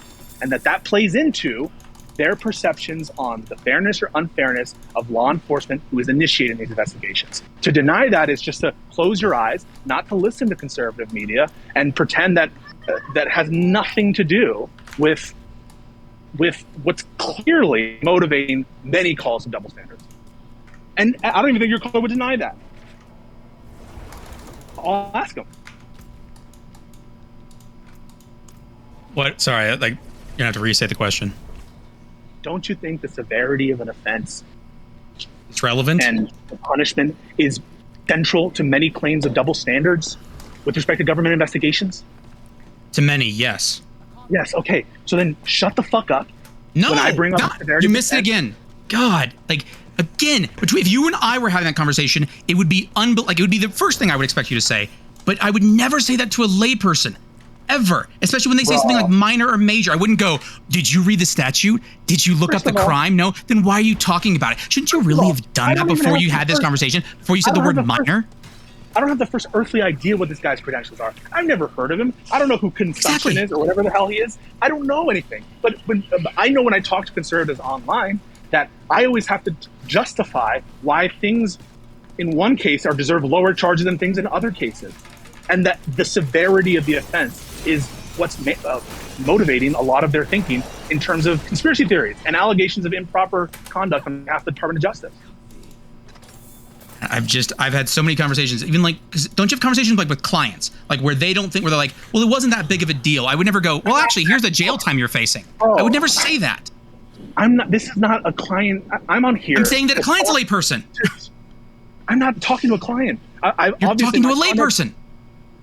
First of all, I don't know that. These are people who are highly engaged in the political sphere, who have conversations about this topic. It's not some rando on the street who walks up to Steven Crowder and changed my mind about something. This is some guy who specifically is going to Steven's stream to talk about crimes and double standards. And my intuition about what's relevant to bring up, I think is not off the mark in terms of the conversations that you are typically having in this space about the DOJ and the double standards. And for you to say that this is some imperceivable or whatever, or in bad taste because it's mean, insufferable, because it's highly relevant and probative.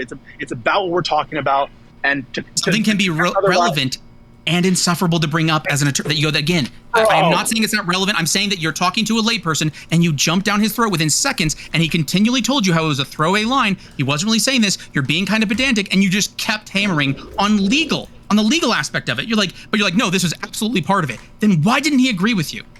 Why wasn't he like, oh, this is great? Like, you know what? This is a great conversation piece. I completely agree with how relevant this is. He's so proud he doesn't even want to admit a change in position. Because he did, his position of his general statement of, my guess is he still thinks it's a minor crime. He doesn't, I doubt, but you did get him to say that. You did get him to walk it back because he said, well, we don't know what the information is, right? Yeah, we don't know what the information is. So if it was like nuclear secrets and he was posting it in Mar-a-Lago, that'd be pretty bad, right? Yeah. Well, then I guess you've changed your position. He didn't. That's not a change in position because he was never saying that in the first place. You need to be able to understand what someone else is saying. He was saying it was minor. Yes, that's all he said. He used it as a throwaway line. No, it wasn't something that's like, there's no amount of information that can be provided to change my mind.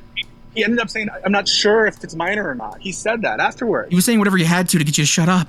Oh my, this is such coke. He wanted to escape that topic so badly. You're telling me that he really wanted to talk about the word minor. He wasn't desperately trying to tell you he didn't want to talk about the word minor. You don't think that was happening in the conversation. You don't think several times he told you, this is pedantic, I really don't want to go into this. This isn't really what I really think the topic is. I think he was caught and he realized his position was unjustifiable and trying to move on. That's not surprising. You don't think that he thought it was a throwaway line. You think he was lying about that. No, I think part of his argument... okay, I'm going to say something. You tell me if you agree. Sure. Do you think that part of his outlook is like, oh, they're just treating him badly. Oh, this doesn't even matter. It's not even important. Like who cares about this kind of crime? It's not even, like, relevant. They just found whatever sticks. Isn't that the tenor of his argument? From what I gather, the tenor of his argument was he thinks that there's some sort of universal truth around if you don't like someone, you're going to look into them more, that you're going to have a more harsh view on them. That's why he gave examples for that. And so he said for Trump, he goes, even if he believes all the things he did were wrong, he goes, if it was someone else, they wouldn't have looked at him so hard. I think he's wrong. I think that he gave him a fucking year to get the stuff in. So there's the idea that goes like, oh. He's insulated himself. Oh, sorry, I'm insulating ourselves from having to hear like, this is nothing. He would have been talking about how like little this matters like he wouldn't be saying, okay, this is serious, guys. But he was starting that argument. He was starting to be like, minor, there's clearly double standards, other people did that. Like that was part of the argument. And I was insulating ours from having to hear that nonsense by getting him to admit, no, these are actually quite, at least I don't know that they're minor. And I think anyone who's looking at that the fact that he said it was serious for the Discord servers, when he had like no information about what's going on, he just took us on face value about what was in the Discord server. That should show you the clear hypocrisy and why eventually stop talking about it. Thing is, I'm saying like you were able to talk to him as a normal person and get him to admit that like, well, we don't have information. I'm saying that worked in like 10 seconds. And it's not Monday night quarterbacking to say that jumping down his throat about the laws was insufferable. If you had started off as a normal person, you would have resolved it and moved on in seconds. No, it wasn't 10 seconds. It took grinding through teeth to make the comparison between the Discord server and through the conduct of Trump. The Discord server wasn't the thing that convinced him. The whole like he changed his mind. All you said to him was, well, do you know what the information was in those leaks? No. So then if they were something serious like a nuclear secret, wouldn't that be bad? Yeah.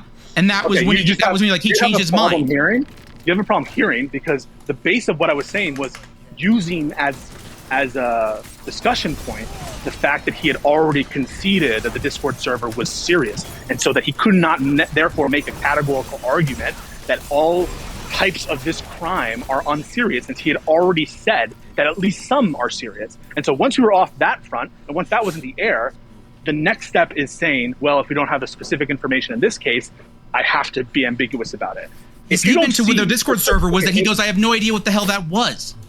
No, but he said it was serious, as alleged, as we were describing it. You were able to get him to say that, but the problem is that after him continually going, well, I don't know what this is about, I don't know what this is talking about, and then just know, Keysco will not stop on it, and then eventually, again, he doesn't want to fucking have the conversation. Yeah. It either was easy or it wasn't easy. A second ago, you said it was easy to get him to do that, and now you're saying yes, with the actual argument, the Discord server would have nothing to do with it.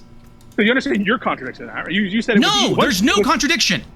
Yeah, the Discord server had nothing to do with it. You didn't have to bring up the Discord server. He didn't even know about it. So the idea that goes, obviously, this story we discussed of the well-knowledged Discord server that he knew nothing about was clearly what changed his mind. Yeah, so Stephen, this is a contradiction. He starts off saying, once you're able to speak like a regular person, like a lay person. That wasn't the regular person talking. Once you were able to speak like a normal regular person, He instantly understood, and he gave up ground, and he acknowledged, and you moved on the conversation. Totally contradicted by what he just said, which was, well, he never actually conceded. He was just exhausted, and he just said it because whatever, and like you didn't even get it. So there's no contradiction.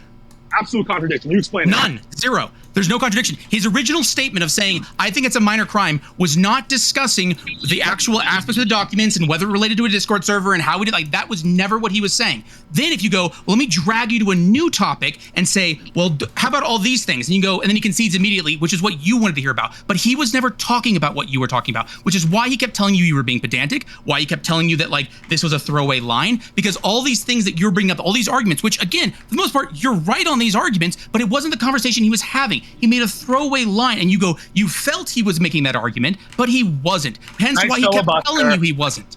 I'm not easily distracted. Nice filibuster. You started this conversation. You started this conversation saying that it was easy to get him to acknowledge the rightness of your position once you just started speaking like a normal person. That's what you just said, isn't it? You of different positions, right? The first one, no. The second one, yes. Isn't that what you just said? You just said that, and then later on, now you're changing it. Now the story. There's no contradiction, dude. They're the same story. Different. Now, what was the story before, and what's the story now? Well, I'll repeat it for the third time now. Go story number one. You started off where you shouldn't have started off. You shouldn't have given all this legalese, bro. And you should have just went on and talked to him like a normal person. And once you did talk to him like a normal person, he was able to see the folly of his ways, and he immediately agreed to meet with you on something. That was the story you were trying to tell 10 minutes ago. There's like 10 minutes in between those 2 points, but sure. Like, I mean, you're kind of leaving out 90% of it, but sure. If you leave out 90% of it, then 10% of it, you go, well, if I delete everything you said, isn't it a contradiction? If I said, like, the Pacific Ocean is west and the Atlantic Ocean is east, it's contradiction. You said west and then you're saying east. You're like, no, it's not a contradiction. Everyone's following along. No one listening to your cope. And the second story you told was, actually, you wore him out. And when you got a quote concession, you did wear him out. That's not a contradiction. So he wasn't worn out. He continued the conversation. He seemed fine. You don't have to worry about him. He's doing okay. He'll move on. I'm sure. I'm sorry. Do you know that? Do you know he's okay? Have you checked in on him? If we're really going, like, did you check actually the statute? Like, also, I mean, do you actually know the legal statute? If he wasn't okay and you caused it, are you certain? Can you really make that statement that he's okay if you haven't really looked up the law on this? You know what? You're right. I'll check in on him. I'll make sure that he's okay. I issue a full apology for I thought this was the Destiny stream where people like hard-hitting debates and where they like the debate aspect of it and the fact that it's back and forth. I totally forgot that what they You think he wanted to debate you on the word minor? That was what he wanted. He desperately wanted to debate the word minor with you. Then he didn't tell you. He didn't actively tell you he didn't want to have that conversation. It's a debate stream. Everyone knows that. Everyone who has any inkling about what this space is knows that. Did I say it wasn't a debate stream? It is. Did I say it wasn't? He's opening himself up to the world for ridicule on all sorts of parts of the internet, Reddit, Twitter, everyone who's watching it. You go at your own risk, and I'm sorry. Like, I did not I accept your apology. I'm sorry if he feels bad, and I genuinely. But I don't know if he again. That wasn't really my again. That was never the point. Anything about what I did was unfair. Is absolutely wasn't unfair. Was insufferable. Why can't you use the word I use? Like, it's like I feel like I've repeated 1,000 times and you just still can't do it. And my position was that jumping down someone's throat with demanding that they should know legal statutes and the punishments of crimes when they continually tell you that it's a throwaway line makes you insufferable and that it's frustrating to deal with. No one was demanding that he have knowledge. You said he shouldn't have said the word minor unless he said it. Sorry. You're well. I wasn't done speaking. So I'm going to finish what I was going to say.